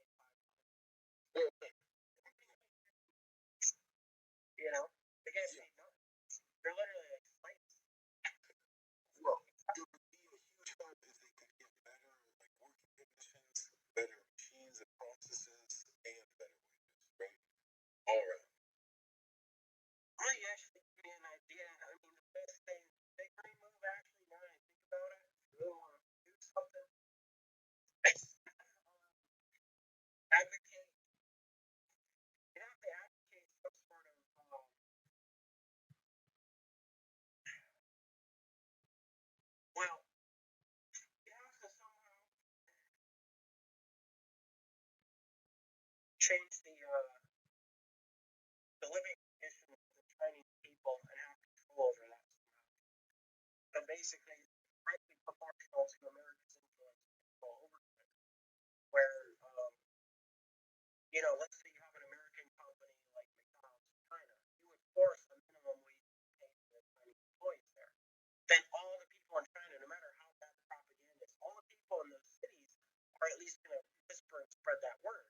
Oh man, like my dad is getting paid 90 cents an hour, whereas my brain dead cousin, Billy, will call him, is working at the Chinese McDonald's and he's getting paid $5 an hour. So, but again, you'd have to say, oh well, why would China, allow such a thing? But again, who knows? I'm just saying, if you could do this, the whole point is basically if you can foster like a better living condition and rights for the Chinese people, then the corruption literally won't hold. So it's basically instead of beating them with the stick, you kind of like beat them with the carrot or the cake, Hey, this cake. This is how we see it. There you go. Okay, that's interesting analogy. I mean, that's proportional to American control to some extent. Sure. Otherwise, just fuck it up or do something like doesn't really matter. Like, oh, if you work at McDonald's, your social credit score is permanently like 50 less. Like every week you get social credit score points up. Or something like that. Like that, but you have to have it where like that's all thanks. I mean, this is the idea basically. Get it. You have to do it the right way or else it won't happen. That's one of the only things I can think of. Yeah. I think I understand what you're saying. To have sort of like a regime change, so to speak, and do that as peaceably as possible. It would have to be, or China would basically just say, fuck off, you can't even like do shit here. Yeah, but that's like 1 million people that we're talking about. So the reality would be that they have revolutions. They still have revolutions. It's the most like one of the hardest fucking countries in the world to have revolutions still. People they have a huge history of like warring with themselves, so it's no surprise, right? Yeah. So yeah, I think Rami's right. I'm not saying one way or the other whether or not that they were going to ever make a power play or whatever. I think they're just continuing to make technological advancements for various reasons. Not all of them are military, but the first ones usually are military, and then it kind of percolates out to other scientific advancement from there, right? Eventually, hypersonic rockets will probably lead to like hypersonic spaceflight, or whatever, right? Like we'll be able to accelerate very fast, somehow, some way. So it's not that these things are always bad. It's just unfortunate that a country that behaves like China behaves in terms of its government is the one doing this technological advancing, and they're using it in the application that they're using it in so far. So that's kind of two strikes, unfortunately. But it is what it is, and you're right. As we do these arms races, so to speak, on ourselves, amongst ourselves, we're doing it at a global scale on a political theater, right? Dude, I'm reading this article that that James posted. Can y'all hear me? Can you say again? I'm reading the article that James posted. Okay. And dude, this is hilarious. Like this is just funny, like straight up. Like I swear to God. I mean, hey, It's not an evil laugh. It's just I get exactly what you mean kind of laugh. Yeah. Hey, they're getting, I think they're getting the trend though. Like, give credit where credit's due. I think they're aware. I think they're getting the trend here. So, hey, I guess credit where credit's due, but I just think that there's a lot, like this is funny. Like, this is gonna switch up on them again before they know it. So what is the implication of it? I haven't read the article. What do you see happening from this article, or why do you think this is important? I mean, this is where a lot of dudes have been for a while. Now that it's like being documented.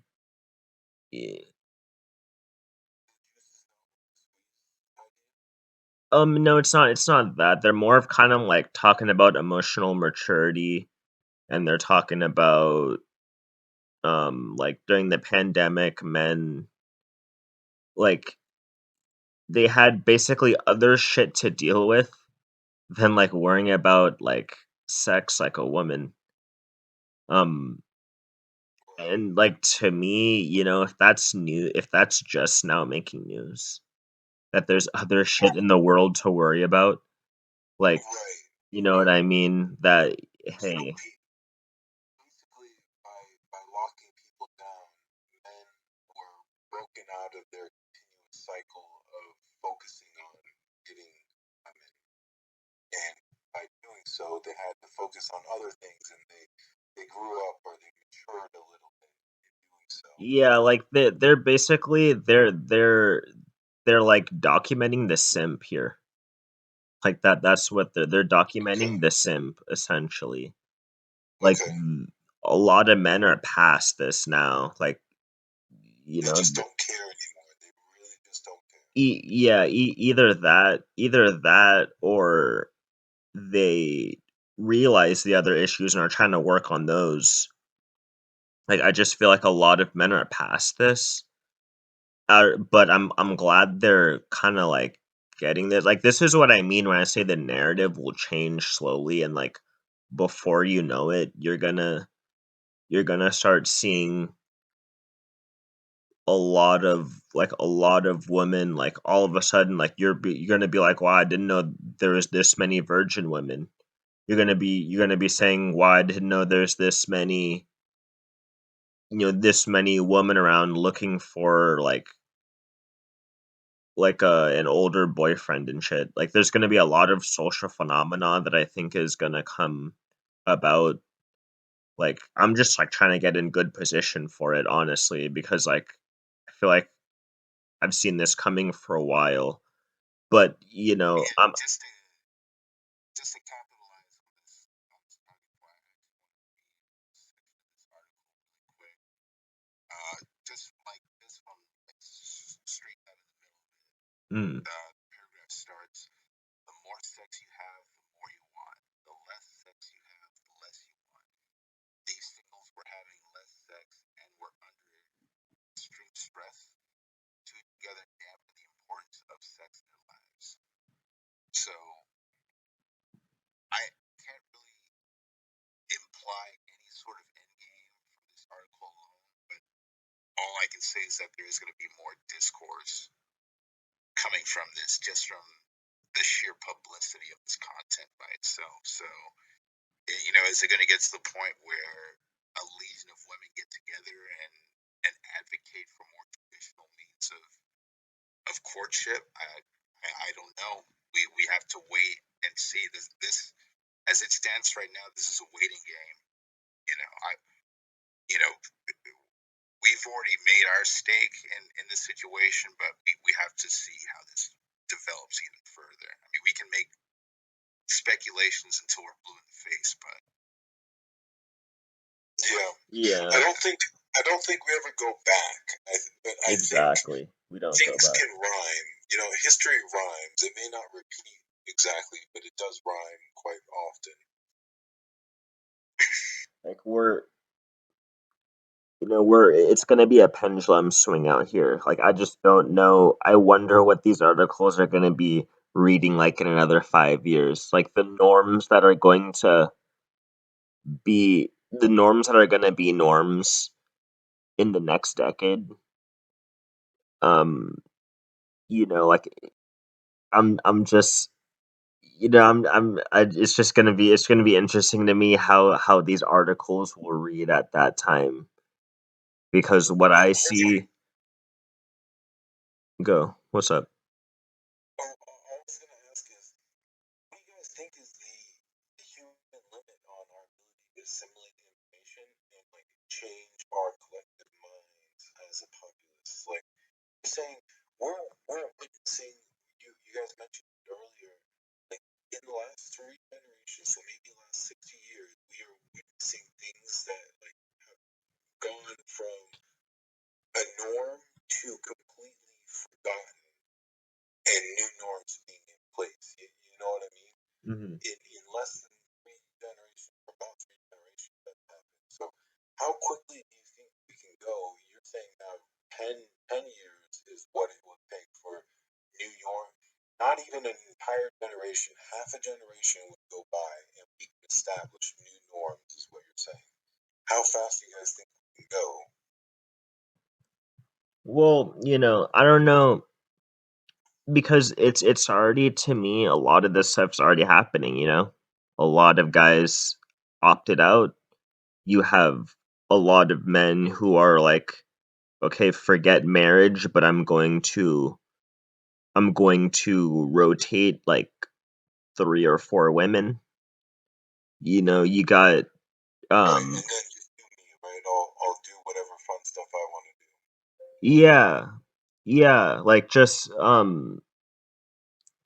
I just think it's going to be like we're gonna see another round of, like, I don't know, like I don't know how it's just gonna be. It's going to be a pendulum swing, I think, the other way before we get back to more balanced. It's just what I'm thinking. Okay, so then what program? Like, let's be realistic, guys. If this continues long enough, men are going to develop technologies that will make it very, very enticing to like remain single or remain a bachelor, right? I think they will, even with or without technologies. I think they will. Like, I Well, think but a lot of that's the a damage point. is already done. How do we? Well, okay. Can men entice back into relationship game, or have women just really knocked them and KO'd themselves? See, the men who didn't get completely disillusioned, and like the younger men, will they may go into some form of relationships, but it might not be like one to one completely. Like, because a lot of men now, they've opted out completely, and they'll probably continue to opt out for like a lot of for the foreseeable future. So when it comes down to like kind of younger men, like around our age, and then like the men coming after us, it's going to be up to them to decide how much effort they want to put into like society in general, or like building up themselves. And then once they do that, they'll have their choice of how many partners they want, like within reason. Like maybe, um I don't know, like it's not gonna be. I don't think it's gonna be too uncommon to see like I 3 or 4. think you're identifying women a little too much there. I think it's not going to go as simply as you may be thinking with that. Hey man, Maybe like, you will have choices, but they're humans, and maybe they won't even get to that point. Maybe they won't back down. Who knows, right? well, because you're gonna have men are better at being single than women. Like, women value relationships more than men do. And like a lot of women would rather be in like they would rather be in like a like I don't want to call it a harem, but like they'd rather be in that kind of situation rather than be single. Like whereas a guy would rather be single than be in that situation. So given just the sheer amount of men who have like just opted out, and then you still have women, like women who didn't opt out, like the amount of men who opted out and the amount of women who opted out, that's not equal. There will be of course. So far as the system that we are subject to permits, there will undoubtedly be women who are okay with being bachelorettes for their entire lives. So long as the system that we inhabit permits. True. You know, there are physical limitations. They're not chances are they're not going to be able to fend off predators or any malevolent forces, physically speaking. But if there is some, if it comes to a fan scenario, there's a good chance that 98% of them will not be able to fend for themselves in some sort of way. So there's that to consider as well. Right. And we're gonna be in like a society where people don't go out as often. There's gonna be weird things going on at night that we didn't necessarily have to worry about like for the past however much time. Like it's gonna be more important to have some kind of protection going out at night. Like there's gonna be various like different things that come up. So let's say men are they by redefining civilization that they will like be coming out on top in that scenario? A That lot they'll of be a lot of MGTOW men, like they're just like screw, they don't even care anymore. They're just trying to well, support themselves. A lot of MGTOW men, they opted out. They don't give a crap anymore, and that's why it's like not. That's why I feel like it's gonna be the way it is because you need a certain amount of like men upholding society. If you don't have like just given like what I'm seeing with people not even like going outside anymore, like as much as they used to, I can already see and a lot of that old infrastructure, like people are like choosing not to necessarily continue that, like whether it's people retiring or whatever the case may be. Like I'm just given what I'm seeing now, there's just gonna be like that's just what I'm seeing now is like um it's gonna be a more of a natural kind of like a natural order to things, I guess, if that makes sense. Like more so than it has been. yeah, no matter how far down the progresses, there's going to be this baseline of needs that each sex will have to perform. I mean, and well, unless we edit it out of our DNA, like some people actually must be there. Oh yeah, with the whole test tube babies from China that we had suggested from earlier. Yeah, exactly. But you know, realistically, it's not all that far fetched. So okay, then we then the paradigm now shifts from two two genders of the same species interacting with each other to reproduce or like perpetuate the species to what? What is the new paradigm? At that point, we don't want each other. We don't really need each other so much. Do the breeders make it? Like, do they repopulate the world, or did they die off? What what is the future here for anybody? Is it just everybody for themselves? You do what you can for as long as you can, and then that's just it, right? Like everybody just I think it's gonna end up lives the their best dudes life. the well,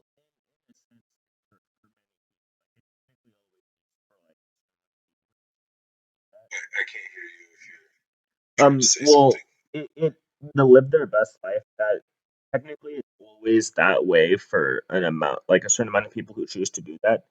But like I think just in general, you're gonna have it's gonna be like a kind of a developing world kind of situation where a certain amount of men, less than half, will choose to like continue to like work for what they want, like in spite of like government corruption, in spite of like a generally slow moving society, etc.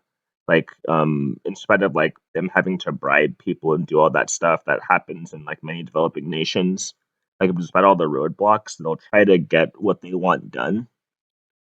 And then you'll have another portion of the population which will probably consist of like over more than half who will say, okay, this is stupid, the government's too corrupt, whatever the case is, like we don't want to put in the effort for this, screw it. A good portion of those guys might end up homeless, like you see in a place like the Philippines, um or like whatever the case is, like that's, that's where they end up. So then and then you'll have the women who a lot of them will end up having to like fend for themselves, which is already happening to a certain extent now, but it's kind of like happening under the rug. Or it's like not like people aren't really talking about it in that way. Like they're still kind of they have all these like programs and shit for like women dating over whatever age. Like you see those all around the place. Like those are still relatively popular, but like in the future, those won't necessarily be as much of a thing. Like women will kind of understand more that like, okay, I have to like lock down. I have to like get a man young, or else I'm gonna have to fend for myself. That whole because they will have seen it. Yeah, Given this generation of like what's gonna happen in this generation, they'll be more they'll know that earlier. So then they'll try that to makes a lot of sense. yeah, and then given that a lot of the men will kind of opt out, they're not gonna have as big of a pool of men as they would like, right? Which is why the men are gonna end up, it's gonna be their option to have what number they want. Like you might not be able to get like 10 necessarily, but I don't think it will be out of the ordinary to see two, three, four to one man. Sure. Well, okay, so basically, people, the men and women who want to interact with each other will eventually become a smaller and smaller pool, and that section of society will decide like whatever game that they want to play with each other, right? Hmm. More and more of society, and it will be more and more socially acceptable as time goes on. It seems like to be single, whether or not you're male or female or whatever, right? Um, so the question is, what are the incentives to continue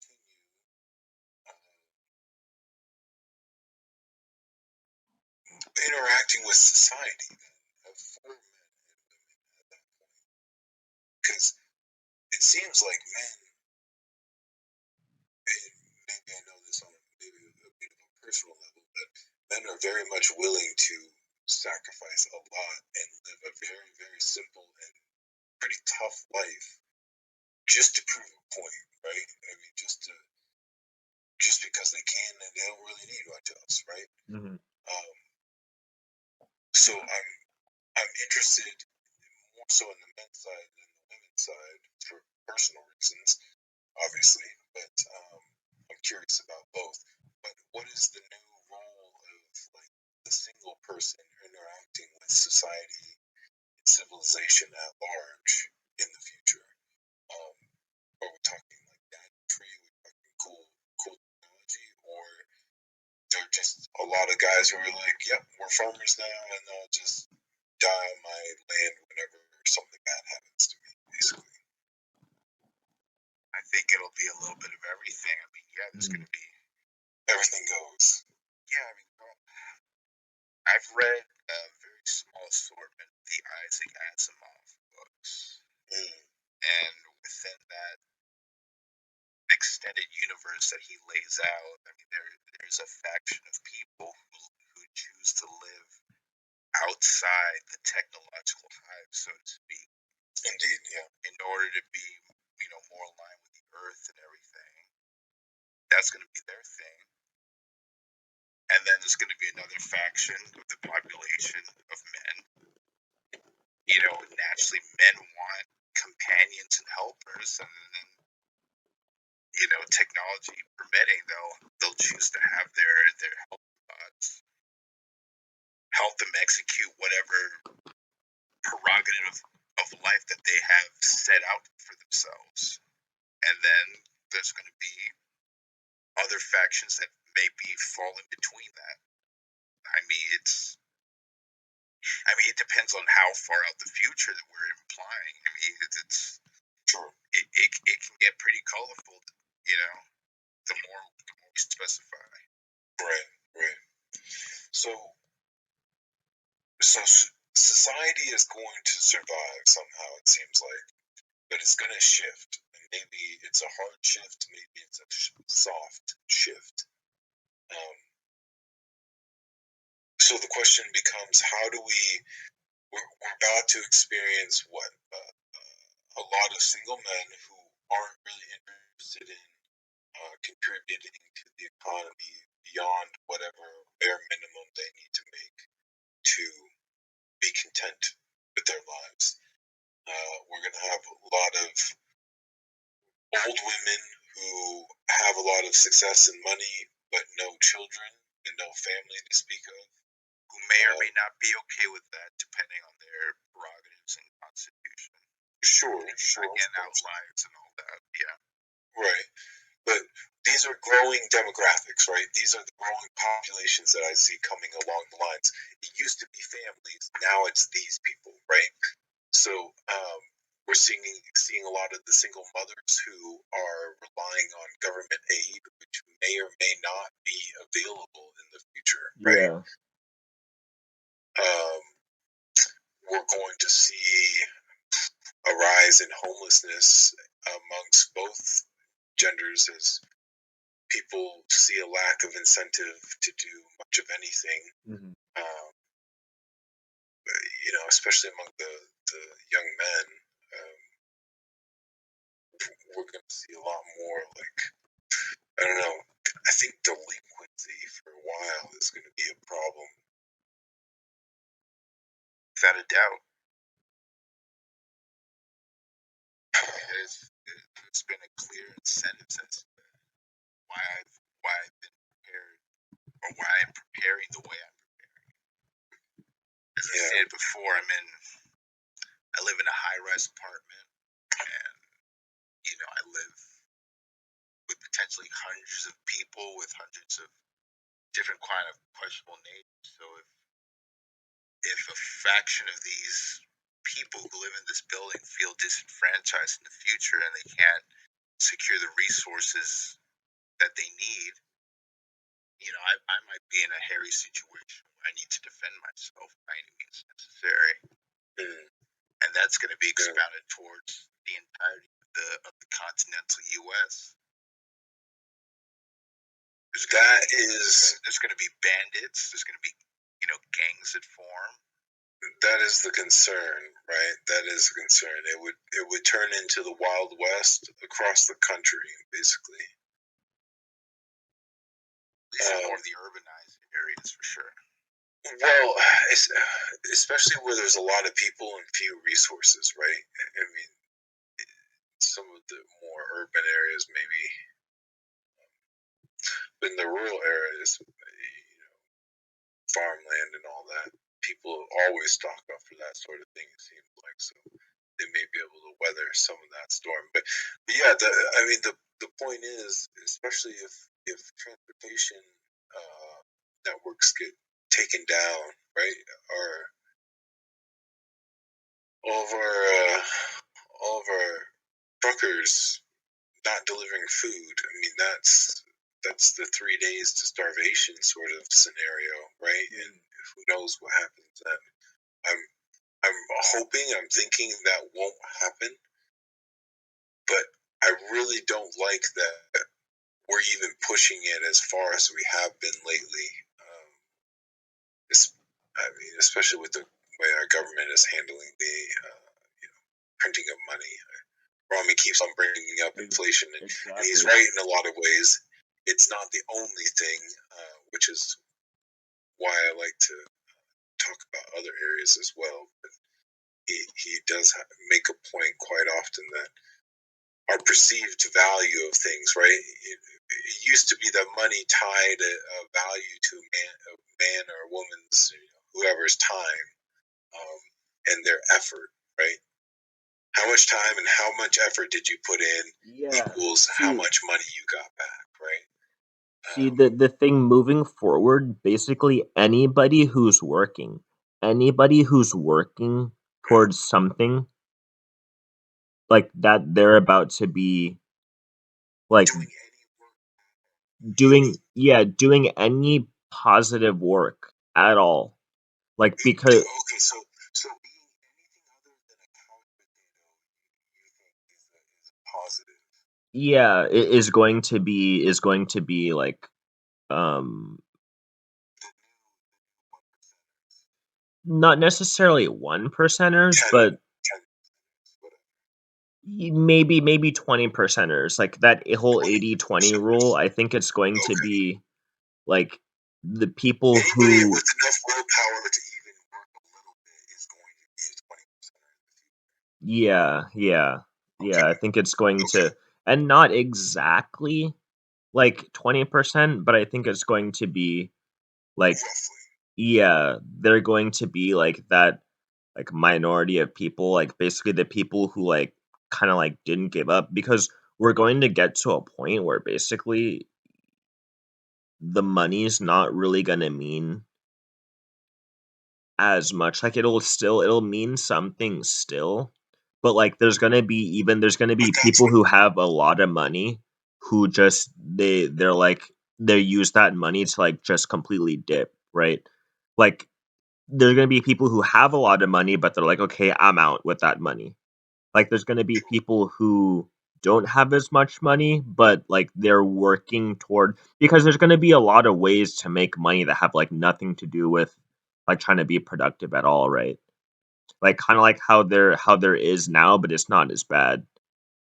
Like in the future, there's going to be like people who are kind of like, in terms of money they're poor, but in terms of like their local community they're rich. Like in terms of their reputation they're rich, and that will matter because a lot of the people with money are like they're gonna be nowhere to be found, right? Like their money will still be accounted for in the economy, but them as a person is gonna be gone. Like you're not gonna know where they are, and that's why they got that money, like so they could dip, because it's not gonna be pretty. Like at least not as pretty as they knew, like growing up. In my mind is, what are the 80% doing? How do they survive?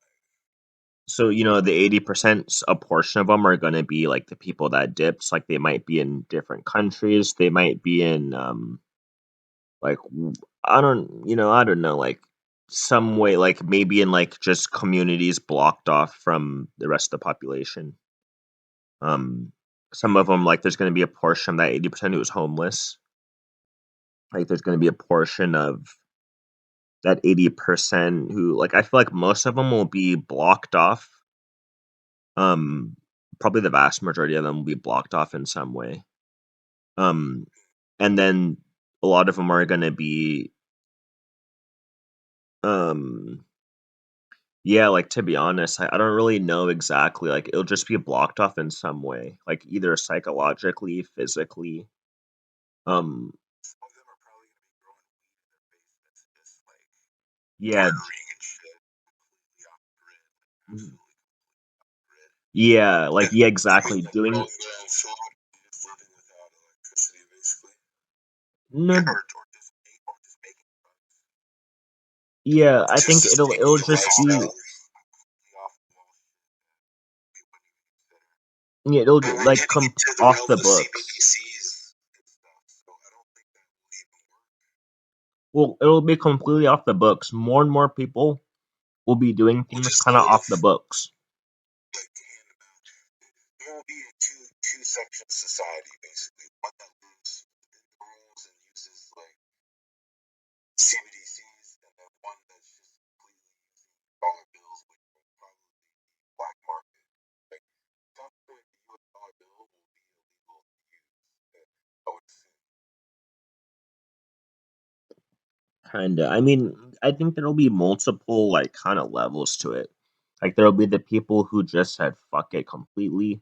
They're going to be the people that I think the ones that are going to be around that 20 to 30%, like however much it is, they're going to be the ones who understand what the government's doing, like understand what kind of big players are doing, but also they recognize, okay, this is what it means like for my life right now. This is what I can do in my local community. Like this is what I can do like with basically like because there's going to be a lot of people who don't really know what's going on in that and they don't even really care to know. So the people I think that are going to be in that 20% are going to be the people that can like kind of they understand both sides and they like try to choose their way like how to think about it. So like they won't be complete rule followers, but they won't be like completely off the books, off the grid kind of people either. You know what I mean? Interesting. And that's Okay. how they're going to be able to, there'll be enough in the kind of happenings of society to be able to, get that like that's how they're going to be able to get, like the 2, 3, 4, 5, whatever amount like women, right? Because they're going to be in there cuz like these aren't necessarily going to be I don't think many females will be like in that position of like really trying to like get what moves they can make strategically. I feel like most women who are going to kind of, fend for themselves or do whatever, like they'll be, working for the government, doing that kind of thing. Like they won't necessarily be rule breakers. And then there's going to be women who like kind of just do the like prostitution, sex work kind of thing, like or modeling, whatever you want to call it. And then you're going to have like, I think, a very large portion of women who they don't want to work, like do that hard work of having a career for themselves, but they don't necessarily want to do like the sex work thing either. And I think that's what's like you're gonna have that's gonna be like the vast majority of women. And then you're gonna have like that 20-30% of dudes who like aren't necessarily complete rule followers, but not necessarily complete rule breakers. Like that's kind of how I think it might end up playing out, if that makes sense. Like that's my like view as of now. Like that's what it kind of seems like to me.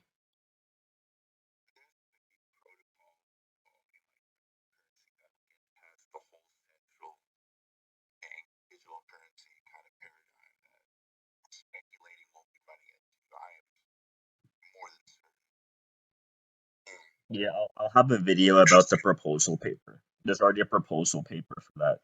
Like for accounts directly managed or not managed, but directly connected to the Federal Reserve. It's like your bank account will just be connected straight to the Federal Reserve, and then the Federal Reserve will be able to credit and debit your account. Like there's already proposals for that. Shit. I mean, Yeah. as far as I could take it, fuck that. Yeah, I mean, so it is what it is. Like you might need an account like that for your on the book stuff, and then you have your other shit separate. That's like your off the book shit. That's how I think I'm gonna play it. You have you have your whole like rule following, law abiding citizen kind of thing that you're doing. Like you have the account with them, like you follow the rules, and you have your because everybody's gonna know. It's gonna be like a developing nation where a lot of businessmen, they have their official shit, but then they have like their offshore accounts and all that. Like even in the best times of the United States, you had businessmen doing that. You know what I mean? So in developing nations, it's almost seen as obvious, like that a lot of kind of people in the know, like they call them, like in the know smart people. They have their official stuff, like their official records, all clean, like just completely following the laws and everything like that. And then they have their other, whether it's offshore accounts, whether it's like loopholes, whatever you want to call it. They have their ways of doing their business, like in the way that kind of makes sense, like doing their business and like not like they might even have ties to the black market, but it's like not really. They don't like make a big deal out of it. You know what I mean? They make a big deal out of their official stuff. They don't necessarily make a big deal out of their their side shit, quote unquote, that may actually be their main shit. If that makes sense.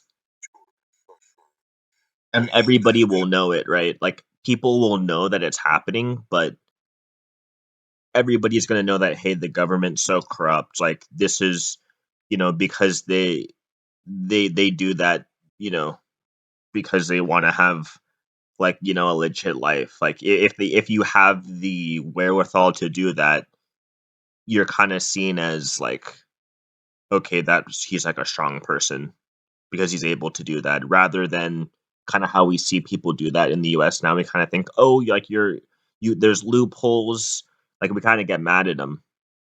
But like in developing nations, they see those dudes as, okay, those, yeah, they see them as doers. Like, is maybe more yeah, appropriate. sure, buccaneers. They see them as like people who realize, hey, everybody knows the government's corrupt. Everybody knows this. Everybody knows that. But they, in spite of all that shit, they just take it upon themselves to go figure this shit out. Whereas most people just say, hey, this is like way too much for me to really even like care about. Sure. Mhm. And that's, yeah, I think there has to be, there's something to that, which, when harnessed correctly, keeps you from being, a terrible asshole, but also keeps you away from being like a simp, right? Like, there's a sweet spot for a lot of the human condition, or our emotions, or like targeting systems, as far as like how we aim for the future and value and meaning, and what we're trying to do and accomplish as human beings. So